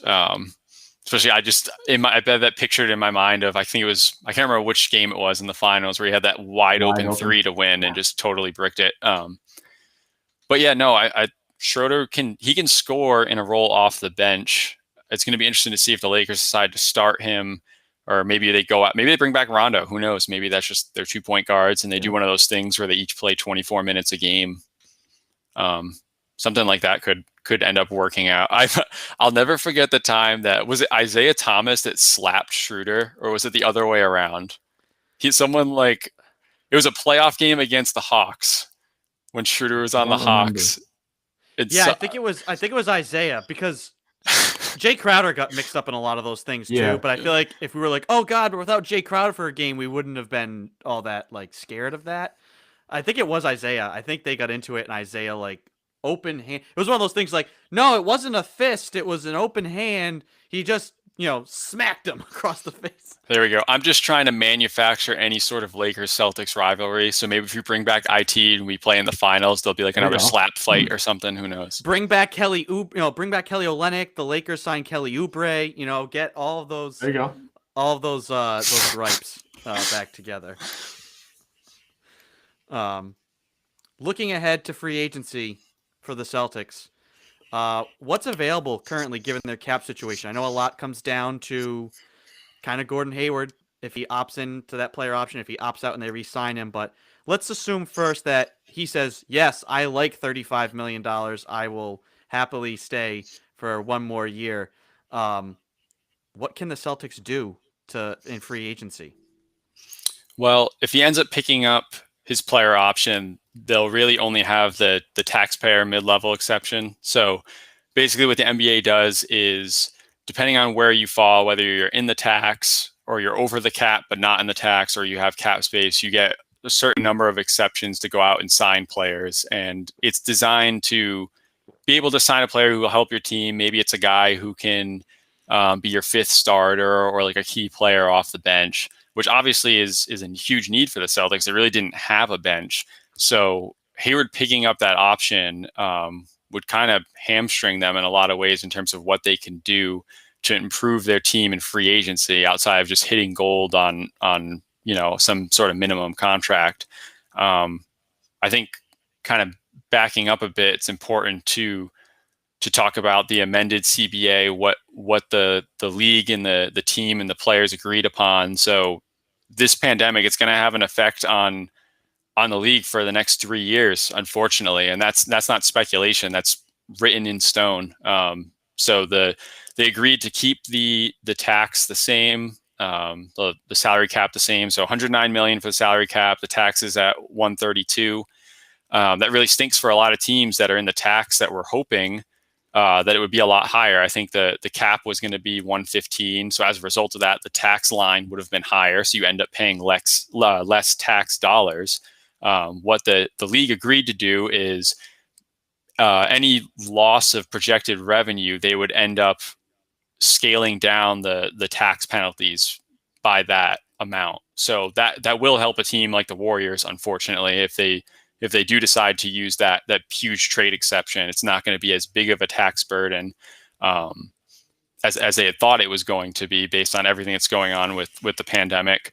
And then for the 2022-2023 season, they agreed that the cap is going to rise anywhere between 3 and 10%, instead of it just being purely set based on what they'd agreed upon in the original CBA. So that's, it's going to change things over the next 2 years. And then another big point of contention was player withholding for escrow. So just kind of, this is also a good lesson on, you look at a player and you're like, wow, he made $100 million. How is he broke? Well, 40 to 50% of that contract is going to taxes. 4 to 5% is going to your agent. And then 10% is going to this, what's called an escrow account for the NBA. So the players in the NBA negotiated so that the players always receive 51% of the total income. And so that 10% that they withhold is just in case there's, something a little wacky happens, the league doesn't make as much money, then the owners are able to keep some of that. I think for the bubble, the withholding went up to like 30-35%. So like, what did the players have left between like 50% taxes, you're paying your agent, the league's withholding 35%, your contract's 30 million, you're only getting like 5 in terms of like cash, which is really, really rough. So they decided to negotiate that this year it would be set at 20%. And the reason why I'm kind of harping on that is it's going to really play into Gordon Hayward's decision, because obviously he has 1 year left on his deal with this player option. It's for a very large number. So obviously that 20% is going to cut into his earnings. Whereas if he were to opt out and re-sign on a backloaded deal, he could avoid that 20% escrow. Yes, exactly. So it actually, in a weird way, could help the Celtics retain him long term if he sits down with his agent and realizes that this player option is basically monopoly money. When we talk about NFL contracts and players signing deals and they don't actually end up seeing the money, that's kind of what this is. I mean, there's a real chance that the NBA owners could keep that 20%. Like, the players will not see it. Yeah. Normally they get reimbursed the next year. If they can't get fans in stadiums, it's not going to happen. Like, so Gordon Hayward's going to lose, what is 20% of 30? He's going to lose like 6-7 million just off the top. Whereas if he could opt out, re-sign on a smaller deal, could really actually help him in the long term, especially with his injury situation. So, and then the flip side of that is it also opens up the full the full mid-level exception. So you could go out and get like a Christian Wood or some sort of player like that. So yeah, everything for the Celtics, it hinges on whether he opts in or opts out in terms of who they're able to sign in free agency. That's kind of a good segue. Let's do some Gordon Hayward talk here. I'll give you a couple of my thoughts here, and then I'll kind of give you the floor and see what you think they might do. Obviously you just mentioned he could take a lower deal. So one thing you could do, I'm at the point with Hayward where I love the guy, but I think it just doesn't work here. It didn't really work out, unfortunately, right? The plan was Kyrie and Hayward together, and that was kind of your plan going forward, and maybe you get Anthony Davis. Obviously, we know the story of what happened. He's had some terrible luck here, and at this point, you're relying on a guy, Jason Tatum, to become a stud and draw guys in from other markets here, and hopefully bring in another guy. So I'm at the point here where I think it's time for both sides to kind of move on here. He's had some just awful luck, and I don't want him. I'm not one of these guys that thinks they're better without him, but I think they might be better without him, right? So I think if you do something where you sign and trade him, where you cut his salary down to like 20 million and then trade him off for a guy like Miles Turner, I would be okay with that. And then I just kind of, what are your thoughts on what you think is going to happen with him? Does he opt in? Does he opt out? And do they ultimately, trade him? I think Indiana is the perfect spot. That's where he's from, right? So, yeah, I mean, I do think Indiana is the perfect spot. It's going to all come down to who they want in return. Is it just Miles Turner, or do they want to? At one point, they were talking about like, oh, maybe they could figure out how to get Oladipo too, and they could like throw in some draft picks. So there's so many permutations of a possible deal with the Pacers. I think what would make the most sense for all parties involved would probably be a sign and trade, because that would allow them to move Hayward on a better number for him in the short term in terms of like what's going on with the escrow, but then also he would have some security long term having a deal instead of, and then the Pacers, obviously that would help his value in the trade, because instead of just getting an expiring contract, you're getting Hayward on a solid deal for 3 to 4 years. So I certainly think that's a more likely scenario than say what happened with Al Horford, where he just kind of inexplicably leaves. There's like some tampering behind the scenes and he gets a deal before free agency starts, and then he ends up ends up going somewhere, mostly because, Philly's obviously a good team. Or at least they were a good team. They're kind of like a meh team right now, as a direct result of that deal. But the only teams with cap space are Atlanta, Charlotte, Detroit. Like, does Hayward want to just be like, oh, I'm declining my option, I'm going to sign a max deal with Detroit? I don't think either side is super interested in that. So yeah, I do think a sign-in trade is likely, unfortunately, because I did want to see it work out. Yeah. I can't believe I just said that. Yeah, there's a legitimate chance that Hayward is going to get traded, and that my wish to the universe is going to come true, and Miles Turner could be a Celtic. Matt, I wanted to bring something up here. I did a little quick research while you guys were talking. Christian hates how Danny Ainge is in love with draft picks. Nobody is in love with draft picks more than Sam Presti. The Thunder have, before this Lakers trade, 26 picks in the next 6 drafts. 26. Conversely, the Houston Rockets have 8. The Rockets have completely mortgaged away like their entire future, which is why I feel like the Rockets are a team that needs to just blow things up, because even if, say, you bring back Harden and Westbrook, or even if you trade one of those guys, you have no flexibility to make future deals. You have no ability to improve a team at a deadline or bring in another guy, who you're just trading the future for.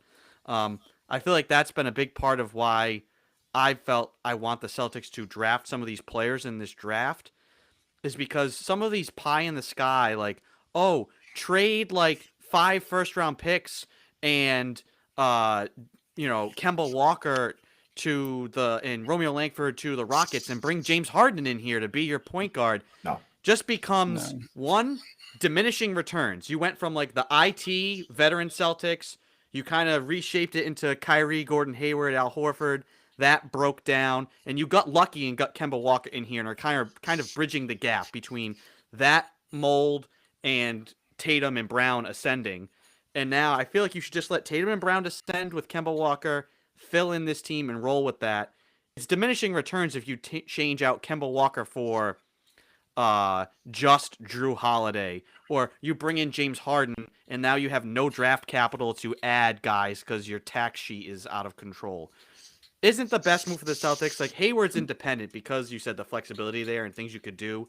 Any of these other crazy pie-in-the-sky moves would really, really, really be bad for the Celtics, right? Trying to just, like, package everything for a James Harden or a Westbrook. Yeah, I agree. I think, honestly, if they didn't have some injuries this year, they would have been in the finals. So if you're a team that's contending for the finals, you don't need to just completely tear up what you're doing. And that's what would happen if you're adding Harden. It wouldn't be just a seamless fit where it's like, oh, let's just add this guy and Tatum Brown, you just keep doing your thing. It's like, no, they would end up standing in the corner.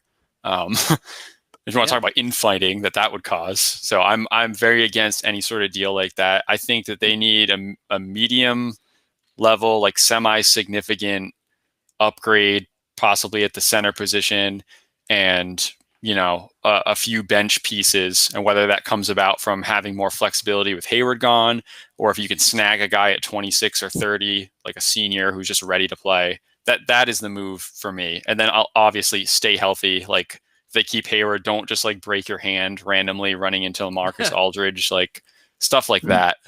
We need some better luck. Most of the season will be in 2021, so maybe that'll bode well for the Celtics. I'll tell you what, I've never seen a guy have such bad luck. Like, seriously. He broke his hand running into someone. He stepped on his own teammate's ankle. He, obviously the Cleveland injury, like, never see that. That's once every 20 years with these guys. Crowder's fault. Yeah, true.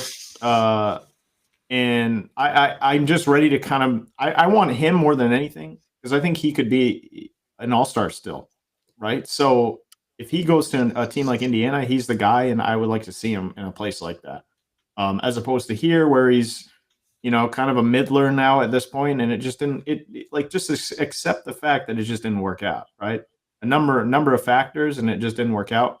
who knew that Tatum was going to come in and leapfrog and be kind of the guy? Like nobody knew that he was going to ascend this quickly. And I'll tell you, if the Celtics trade Kemba Walker, it'll be one of the biggest mistakes they'll ever make, because these guys, there was some rumblings that guys were pissed off that they traded IT the way they did. If they traded Kemba Walker after he comes in on a draft, right, or on a free agent visit, the Celtics won't get another good free agent for a long time.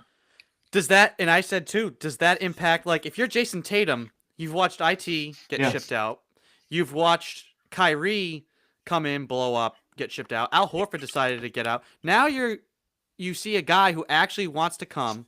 If Gordon Hayward got shipped out, now, extenuating circumstances, but Kemba comes, signs a max contract, and then gets flipped a year later, all of a sudden, do you start thinking, like, do I really want to sign a max contract here?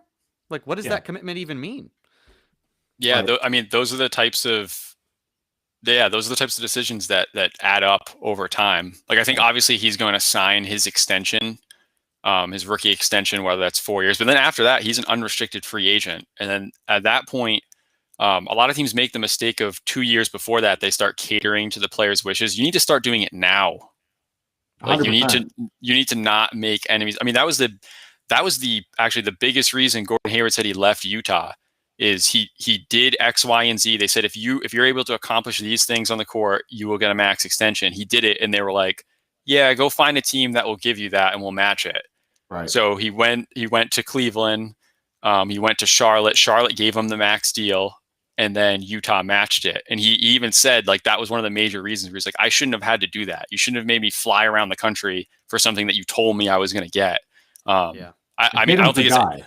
I mean, Tatum is your guy. If you don't have Tatum on this team, and for the next 5 years, all your eggs are in the Tatum basket right now.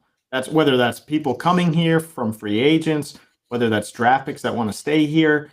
Tatum is the guy that is on a level where he could get to, a status of a top tier player, top 5 player in the league. If he's not willing to stay here, what do you have behind him? Because it's not much. You're going to be at the bottom of the league again. Exactly. Yeah. And if he ends up signing only like a 3-year extension, then that means that is your cap in terms of length of deals for anyone else, because you need to have cap space for when he's a free agent. Yeah. To get him the people he needs. Sorry, Pez, go ahead. No. Just kind of really funny here at the end. Donovan Mitchell tweeted, "I love how Woj tweets go from the trade is a possibility to, quote, this trade is in advanced talks, then to trade is done in a matter of 10 minutes with a whole bunch of crying emojis." Woj actually retweeted him right away. It said, "Keep up, Donovan. Things move fast." So just a little bit of comedy here at the end. We've been speaking with Matt Murphy, our NBA draft and cap analyst here on the 360 Sports Show. I'm sure there'll be other questions. We're live every weekend on Sundays, 11 to roughly about 1 o'clock in the afternoon on Facebook, YouTube, Periscope, and Twitch. If you didn't catch us live and you're listening to this as a podcast through Sounder FM or your favorite podcast app, certainly email us in questions to the360sportshow@gmail.com. If you have anything NBA specific for Matt, we can certainly get in touch with him and have him answer those for our mailbag next weekend. Mr. Murphy, absolutely job well done. I mean, tons of information. I know I'm definitely going to have to go back and re-listen because there was so much in there, but all great stuff. Can't thank you enough for taking the time not only to just come on here this morning, but I know it takes more than an hour and a half to prepare for what you were able to give us. So thank you tremendously for your efforts, sir. Yeah, thanks for having me on. And I'll second Christian's notion of if the Celtics take Poku, you will never see me again. So we'll go with that. We'll speak that into existence, but we can't let that happen. Thank God. All right, take it easy, sir. That is Matt Murphy, our NBA draft and cap analyst here on the 360 Sports Show. Big thanks to him. If you have any other further NBA questions or draft thoughts, concerns, general griping that you want to give us, certainly email the360sportshow@gmail.com or hit us up through Instagram and Twitter @360sportshow. And we'll get those questions on over to Matt to answer for our mailbag segments in any of the coming weeks. Christian, tons to pick over from that. And I think maybe we'll be able, with the draft coming Wednesday, and then free agency starting afterwards. By next Sunday's show, we're gonna have a lot, even more so Oh yeah. to pick I mean, over. just alone, we have one trade already that's done, but it has to wait till tomorrow. I mean, Monday at 12, you're going to see a bunch of stuff come through. So it's going to we are now in silly season, which is the NBA's. I mean, it's the best time of year for the NBA. It really is. So yeah, it's going to be loaded next Sunday. So let's go here. We've got like about 20 minutes left before NFL games start, and like we said, we broadcast live on Sundays starting at 11 a.m. And then we put the show out as a podcast through Sounder FM. You can find the podcast at the 360 Sports Show there, or through your favorite podcast app. Just search for 360 Sports Show. So if you want to listen to us live, certainly join us on Facebook, YouTube, Periscope, or Twitch. If you want to listen after the fact, you can. So we try to get everything in before 1 so we can get our NFL notes in. Let's spend about like a minute or two here on a couple of these other small things. COVID in college sports, just a quick update. It seems now D1 football, they're just plowing through, kind of like with the NFL. They're just plowing through. They've canceled a whole bunch of games, postponed games. Big schools are having to cancel games because it's kind of out of control on campus. I'd say the only positive thing has been that you've seen teams play and guys be positive the day after, and it doesn't really seem that it's spreading on the field, which is good for the outdoor sports. Yeah. The big test will be NCAA basketball starts in a little less than like 2 weeks. That's way different. That's inside. That's close quarters. That's not as much air circulating. NCAA basketball is going to be the litmus test here. They're going to start, and you're going to see what happens. That's going to inform what happens at the NBA. They're trying to talk to maybe have fans, and not do bubbles and just kind of do the, hey, your team's your bubble and travel and sort of stuff. NCAA men's basketball, again, kind of that litmus test for what we could see going forward. Yeah, it's very odd how this thing spreads, right? When you look at it, the way it started way back when the NBA first got canceled or got shut down for that period of time, it was because Rudy Gobert which ended up being Donovan Mitchell tested positive, right? And it was just those two guys. They're all on the same team. They're in close quarters, right? And it was just those two guys. So it's very odd how it spreads, and we've seen in the NFL as well between the Titans and I believe the Vikings that week where the Titans came up popping positives all over the place, right? It doesn't really spread the way in game the way you would think, maybe, right? The linemen are spitting on each other and blocking each other. So it's really interesting, but at the same time, once it starts on one team, it sticks and it keeps going. So the college basketball is going to be an interesting one for me. That is kind of a test of how things are going to work, especially in the NBA. I'm not sure if it was 25 or 50% that they want in the stadiums for fans, which is you go from 0 to 50 real fast. That's asking for trouble. I feel like, especially. I mean, look at the cases going up across the country. So yeah, it's going to be interesting to start the season. And college basketball for me is the most interesting because I'm not sure, just based on the way football is going, there's going to be fans in the crowd. I would understand. But again, that's indoors. It's very, there's some space, but there's not a lot of airflow in there. It's beer and it's, once you get into the NBA level. So it'll be interesting to see. So that's what's going on at college. They're talking about trying to work out bubbles for the playoff and bubbles for college basketball tournaments and stuff like that. We've said before, the difference between we had a D3 commissioner, Greg Kay, for the Commonwealth Coast Conference on the show a couple weeks ago. The differences between D1 and D3. The money that's going to go towards those bubbles means that it's getting taken away from somewhere else. That means, hey, you have a college basketball championship. Well, 10 other sports now won't have championships hosted because you're taking their money. And the big difference between D1 and D3, they're talking about forming bubbles on some of these campuses because, hey, everybody's going home for Thanksgiving. All the athletes can stay, and now you can kind of lock down campus. The D2, D3 world, all the players, student, athletes, it's all one. There's no difference. Yep. If they send the students home for virtual, sorry, no games. So that's kind of the big thing everybody's watching in that world. D1, it's kind of good. You get to separate, hey, the athletes will get treated differently, so we'll still play. On the flip side, we need to play because we don't want to lose money and have our programs get cut or the school close or, God forbid, anything like that. Yeah. D3 is the other side of that where, hey, we don't have to worry about revenue losses because we're not relying on them. But also, as soon as we say it's not safe enough for one student on campus, we're sending people home, guess what? Everybody gets sent home. So Right. that's what everybody's paying attention to if you're, depending on the lens. Wanted to hit on the Masters real quick. That's wrapping up today.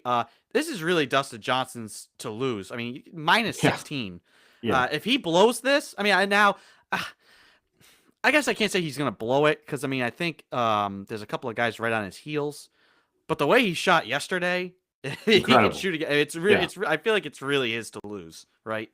Yeah. And I mean, we're right in the middle of it. So they're doing some weird thing that I heard this year where the Masters started earlier today, and CBS wants those games. All the 1:00 games, I believe, have they been moved off of CBS? I want to say for the NFL.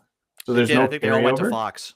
which is insane. And then, so if the this is the weirdest part. I don't think I've ever seen this. If the Masters go later than 4:00, CBS is going to flip to NFL, and ABC picks up the Masters. Yeah, it's really weird. So it's kind of like, I mean, this is a weird year. I think we're at this point where we have all realized that nothing is normal. So. Well, that's what's changed. I mean, in the last 10 years, and who knows, I have to look up, are all these broadcast companies now owned by the same person? Because you used to never see the cross promotion. Yeah. Like NBC hyping, or CBS hyping up the Sunday night game, or Fox hyping up Monday Night Football. Now they all are, they put up the board. Hey, here's the NFL games coming up later today. Tune into Fox for this. CBS sharing the Masters with ABC. Just goes to show that they're all basically in bed together. Just checking the leaderboard. Dustin Johnson, he's now 2 strokes up of Cameron Smith. So it seems like he's, and he's minus 1. No, Cameron Smith, minus 3 today. Dustin Johnson gained a stroke, but Smith is coming in 4 strokes back. Is Im Sung Jae from South Korea. So, it's going to be tight, but I really feel like it's Dustin Johnson's to lose. That brings us to last NFL note before we get into picks. They announced this week who's hosting halftime. The Weeknd. Yeah. I mean, I give them credit for trying to do something different. I think they tried to go super conservative after the whole Janet Jackson incident, and I think that bored a lot of people. So they have, in the last 6-7 years, tried to bring in newer, younger, cooler acts. I feel like I'm interested, but totally prepared for it to be abysmal at the same time, if that makes sense. Yeah, I'm right there with you. When this news came out, to be honest, not that I didn't care, but I didn't care. Yeah, it was kind of like one of those things that I'm just like, okay, yeah, great. And I'm not really in tune to the halftime show year after year anyway, especially if the Patriots are in the Super Bowl, which we're usually talking at halftime on the phone, pacing, anxiously. I don't even watch halftime when the Patriots are in it because it's usually a panicked moment. But we know we don't have to worry about this year, so we're gonna have to be in tune to the Weeknd. All right. All I got for you. That brings us to picks. So I believe Christian again. I had a much better week last week, but Christian gained more ground. You're up 13 points on me now. Ooh, pulling away. And those Bengals got you in a rut now, huh? I know. The 1 week you don't pick them, they win.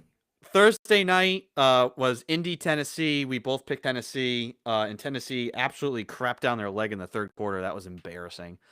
Dude, the Colts are, just a note on that team, the Colts are weird to me. I think Phillip Rivers is absolutely washed, but the team has so much talent that they're winning games somehow. So, I don't know. I don't know anymore. Yeah. So, let's move on. Houston at Cleveland. Browns, I think, coming off their bye week. They've been playing very well. Houston's a conundrum. It's like, they're having a bad season, but I don't think that the team itself is bad. So, yeah, I'm going to pick Houston in this one because I still don't believe in Cleveland yet, I guess. Yeah, this is a tough one. The Texans just beat the Jaguars, so that's a huge feat. Impressive, but I'm going to take Cleveland. Whatever. Let's do it. Christian's like, I got a 13-point lead. I might as well live on the wild side. Washington football team at the Detroit Lions. Detroit, fun note on them, story came out, I think, through Bleacher Report this week that 2 years ago, the team celebrated the end of the season They went 6-10, and they threw like a champagne party because they weren't going to have to be around Matt Patricia for a while. Oh, nice. I didn't even see that, but hey. So I just think that team is just they don't care. They've won some games. I don't know. Though who is Washington starting at quarterback this week? God, who knows? Alex Smith, probably. Probably. I would have They've to played better think, than right? like I thought. I thought they were going to go 0-16, and they've been competitive. Their defense is decent. They lost to the Giants, though. I don't know. Can you come back from 2 losses to the Giants? I don't know. Yeah, I'm you're taking true. Detroit. Yeah. You're right. Yeah, I'm gonna take Detroit. I'm overthinking that. Jacksonville at Green Bay.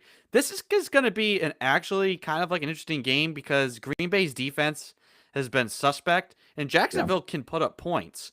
So I feel like this is like a sneaky shootout game, and it all depends on how much Aaron Rodgers turns the ball over. Really. Yeah. Um, I'm still gonna pick Green Bay, but I think that's gonna sneakily be a good game. That's the Green Bay way, right? I mean, you just rely on Aaron Rodgers, and if that doesn't happen, you lose. So I'm going to take Green Bay as well, especially at Lambeau. I don't think Jacksonville ain't winning that one. I want to check the NFL standings because I believe that this game. Let's see. Yeah, the Eagles are on top of the NFC East, 3-4-1. Nice. So they're playing the Giants, and you know what? I'm gonna pick the Giants. Here's why. I want chaos. I think the Giants aren't terrible. I don't think they're terrible. I think they're so banged up, but I think they play hard. Daniel Jones is Jekyll and Hyde. But Philly also like can't get out of their own way sometimes. And I Yeah. want a team to win that division going like 6-10. That would be pretty good. Yeah. And that would maybe force like a realignment and blowing up that division. So I'm picking the Giants purely out of chaos. I'm doing the opposite. I'm 13 points back. I'm living on the wild side. Why not? Root for chaos. Giants. I'm going Philly. But how funny is it that like an 0-7 team in this division is in the mix? Yeah. It's like, what? When have you ever seen that? You got to get 3 wins to win the division. Tampa Bay at Carolina. Man, I don't want to say we were right. I don't want to tout it too much, but we both called this. The Bucs looked like a juggernaut 2 weeks ago. Antonio Brown comes in. Tom Brady is staring at him for the entire game, trying to force him the ball. Needless to say, there were miscommunications. I actually think that, like, on one of those really bad picks, that was Brady's fault. That Brown read the coverage correctly. And I don't care if it's like, hey, I want you to run this route when you see that coverage. I'm sorry. Brown did the right thing. It was quarters coverage. He broke the route off. He ran like a comeback. It was wide open. That should be the right move. Not, oh, I'm going to try and thread the needle on the skinny post there in between the quarters coverage. Antonio Brown did the right thing, and Tom threw a hellacious pick. He threw a couple. I think they look ugly again. I'm picking Carolina. Yeah, and then after the game, you got 2 days later, you got Arians calling out Brady saying that Mike Evans was open, and it's going to be a cluster. I'm telling you, we said this 2 weeks ago that they looked really good. They weren't great against the Giants, but even so, you're coming into this, past week. Here comes Antonio Brown, and you saw what happened. He made a great catch. It was 38-0 with like 3 minutes to go in the fourth quarter. He made some crazy like extension, reaching up, got hit, and he got up and was like flexing. It's like that's exactly what that team doesn't need. You're down a guy 30. who's hyped up about being down almost 40 points. Yeah, and made one catch. So no way. You say you're picking Carolina as well? Yeah. I'm doing it. I think Carolina's a tough out right now. They just can't win games because they don't have enough talent, but I like that team, and I like Rule, so I'll go with Carolina. Why not?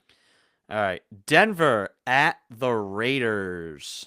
Denver at Las Vegas.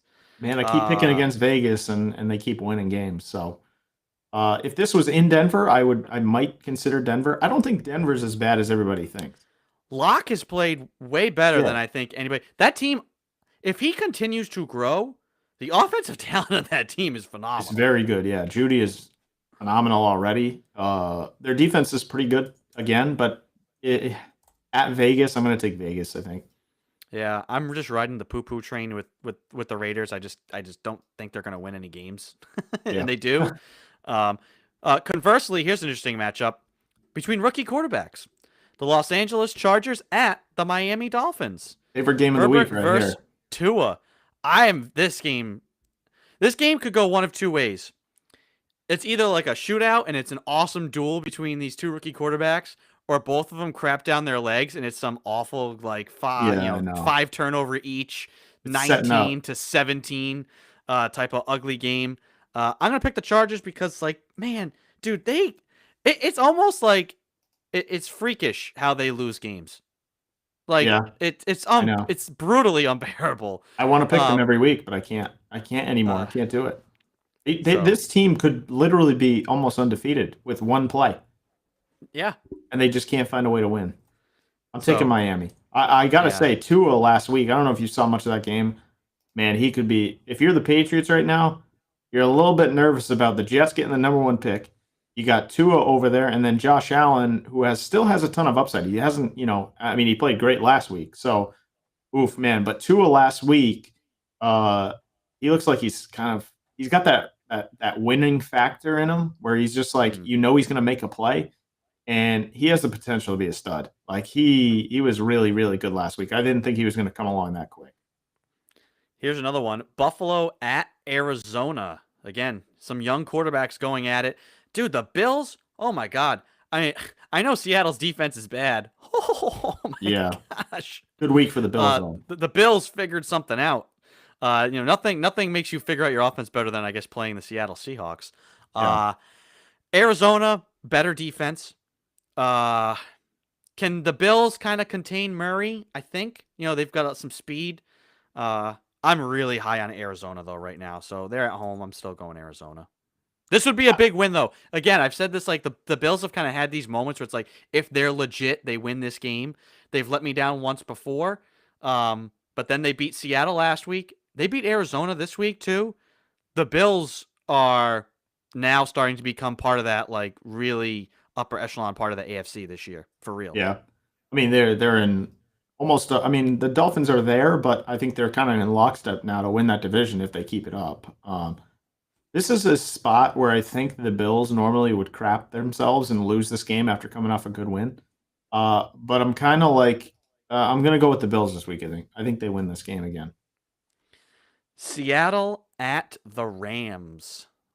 I don't know what to make. And now I like don't know what to make of the Rams are 5-3. They feel so much worse than that now though. Like, Yeah, it was just a couple of weeks ago we were looking at them at like 4-2 and we were like they're really good. I think they've kind of turned a corner and they're not like having a Super Bowl hand. I don't not know anymore. what to I don't know what to make of that team. In Seattle, I think they're having I worry that Seattle's having one of those fraud years Yeah, where Russell Wilson is just balling out, but the team itself actually isn't good. yeah. The defense is And not good. and that defense is so bad. They did nothing to address that. I mean, this game comes down to things like who do you think McVay is better than Pete Carroll? Those sorts of things. I guess I'm just gonna pick Seattle because I have a hard time picking Goff over Russell Wilson, and I Yeah, guess me that's what I'll too. live with. I just think the Rams defense is much better than Seattle, and with McVay on the offensive side, I think they can do some things this week. I'll take the Rams this week. All right.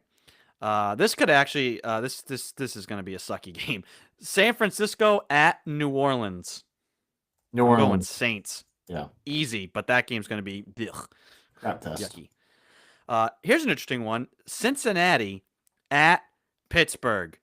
Now is Ben Roethlisberger playing in this game? I have not heard actually. Let's see. Ben Roethlisberger. Because that team Yeah, he had a whole came off bunch. the list, I guess.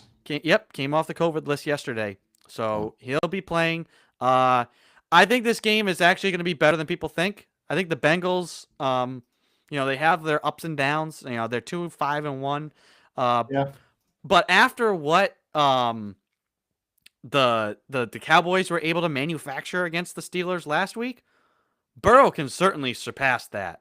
oh yeah, That Cincy offense can certainly yeah. surpass that. So I think this is actually a good game. I don't see an upset. I think Pittsburgh stays undefeated, but I'm optimistic for an exciting game in that one. Yeah, I'd take Pittsburgh as well. I don't see anyone. I'm not going to pick against them until they lose, I guess. All right, we'll skip over Sunday night for a moment. Minnesota at Chicago. This is easy. Bears. I just Minnesota is just such a they're another Jekyll and Hyde team that I just this is a big game for them. This division is still in play because the Packers could go on a losing streak. The Bears are 5-4 now after starting out really well.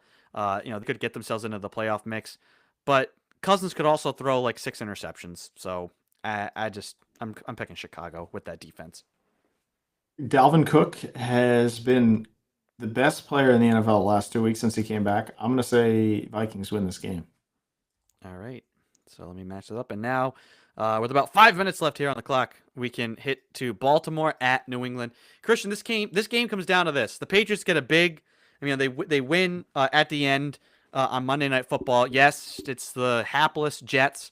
Doesn't matter. I think that team had some struggles. They showed you something. It was the first 10-point comeback victory for the Patriots with a quarterback other than Brady since Matt Castle led them back from 11 points down versus the Seahawks in 2008. It's also only Cam Newton's second ever 10-point comeback. He's like 2 in 30-something, which is unreal. Unreal to think that guy hasn't had more comebacks. So kind of more of a front runner with some of the teams he's been on. The offense has turned a corner, I think. The last 3 weeks, the offense has actually looked okay. I know Newton had the big fumble against the Bills. I think they showed you, Josh McDaniels said last week, we're going to see something different with Cam. We all thought about crazy reading options, stuff like that. The something different was actually he looked more like a Patriots quarterback with how quickly the ball was getting out of his hand and getting to guys. Jacoby Myers, monster day on his birthday. I think the offense has figured some stuff out. They're starting to build an identity instead of it being, we're just going to play backyard football with Cam Newton. The defense. Not good enough. I don't think this offense can score 30-something points. I think they need to play grind it out, shorten the game, and you score like 24, 20 points. The only way the Patriots win this game is if they score touchdowns on like 4 of their 5 possessions, or even if it's like 3 of 5 of their possessions. There's not going to be a lot of. The only way the Patriots win this game is to really speed it up, and control the ball, and hope for a turnover and then to capitalize. Because the Ravens, I think, could run Lamar Jackson. The problems the Patriots have on the edge, containing just like Frank Gore, who is literally made of stone and just does not age, but he's like 1,000 years old. You're gonna have a hard time with Lamar Jackson. Normally you'd say Bill might figure something out. They'll come out with something new.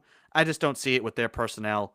And I feel, unfortunately, like the Patriots, the offense could play well. The defense is going to get run over. And this is probably not close. It's like 35-17. And the Ravens win. I agree with the offense, but at the same time, they've had to go back to square one since came back from that COVID stuff. And the offense is very, very elementary. There's not much that's like, you're wondering what's going to happen. It's the same thing over and over. And he looks like he is lifting like a 400-pound bar when he's getting the ball out. It looks so awkward. It doesn't look comfortable. Yeah, and he's got to heave that thing like with so much effort. There is a 0.2% chance that the Patriots actually win this game just based on their defensive personnel. Like, I don't think I've seen this bad of personnel in a long, long time for any team. They have absolutely nothing on defense. Like, their secondary, they're putting Adrian Phillips in a position where he's going up against offensive linemen, right? He's basically playing in the box. They have him basically being a linebacker. He's a middle linebacker. And Juwan Bentley is one of the worst linebackers they've drafted. And he might be back today. I'm not even sure. But either way, they're not going to. The Ravens won't punt in this game. I will be hard pressed to see that. They'll be able to run the ball all over the Patriots. Yeah, I think if you're the Patriots, you shouldn't punt either. Go for 4th down every single time. Unless it's 4th and forever. They should go for it every time. I think I've said the only way the Patriots salvage this season is you need to go 3-0. You need to beat the Jets, the Ravens, and the Texans. And then you put yourself back in the conversation of a playoff spot. Yeah. And then you kind of get to the backside of this schedule with some at least more winnable games. And maybe you start to build some momentum. And we'll talk more next week, but I think if you lose this game and it's ugly, I think unfortunately they're going to roll with Cam Newton no matter what. They will. Just because they want to. I think they actually really like him, and they want to just get a full season of him. And it probably tells you that they don't like Jarrett Stidham, or else I think if they, you'll find out if they lose this week, and the offense is and the defense is putrid, your season's down the tubes. Your record's just too bad to make the playoffs unless they open up. Unless we lose games and they have to have that extra playoff spot. If you lose this game and Cam Newton's your quarterback the rest of the year and you continue to lose games, that tells you Jarrett Stidham ain't the guy. Yeah. I mean, look, there's been rumors, just a final note, there's been rumors coming out this week that they've soured on Stidham since like June, July. And I think that's evident just based on what we've seen. Because Newton, it's not like Newton has been astronomically better than anything else in the league, right? It's just that he's better than Stidham, which is not very good for Stidham. This week, I think you'll see some more read option from the Pats and Newton. But overall, they just don't have the personnel on defense to stop literally anybody in the league. We saw what the Jets did to him. Like, it's Joe Flacco throwing all over the field. They're running down their throat. Like, these no-name running backs, they just don't have the personnel. And the season is just about over. Yeah. All right. That'll going to do it for us here today. We had a great show. We had NBA cap and draft analyst Matt Murphy on the show. Tons and tons of NBA stuff to digest from him. Certainly go back. You can rewatch every episode of the show on all of our platforms, Facebook, YouTube, Periscope, through Twitter and Twitch. We are live every Sunday at 11 a.m., and then we put the show out as a podcast. So if you want 360 Sports Show on the go, you can subscribe through Sounder FM. We love our friends at Sounder. And you can also subscribe to any of your favorite podcast apps. Just search for the 360 Sports Show. Make sure to like and subscribe on all those platforms to never miss a show.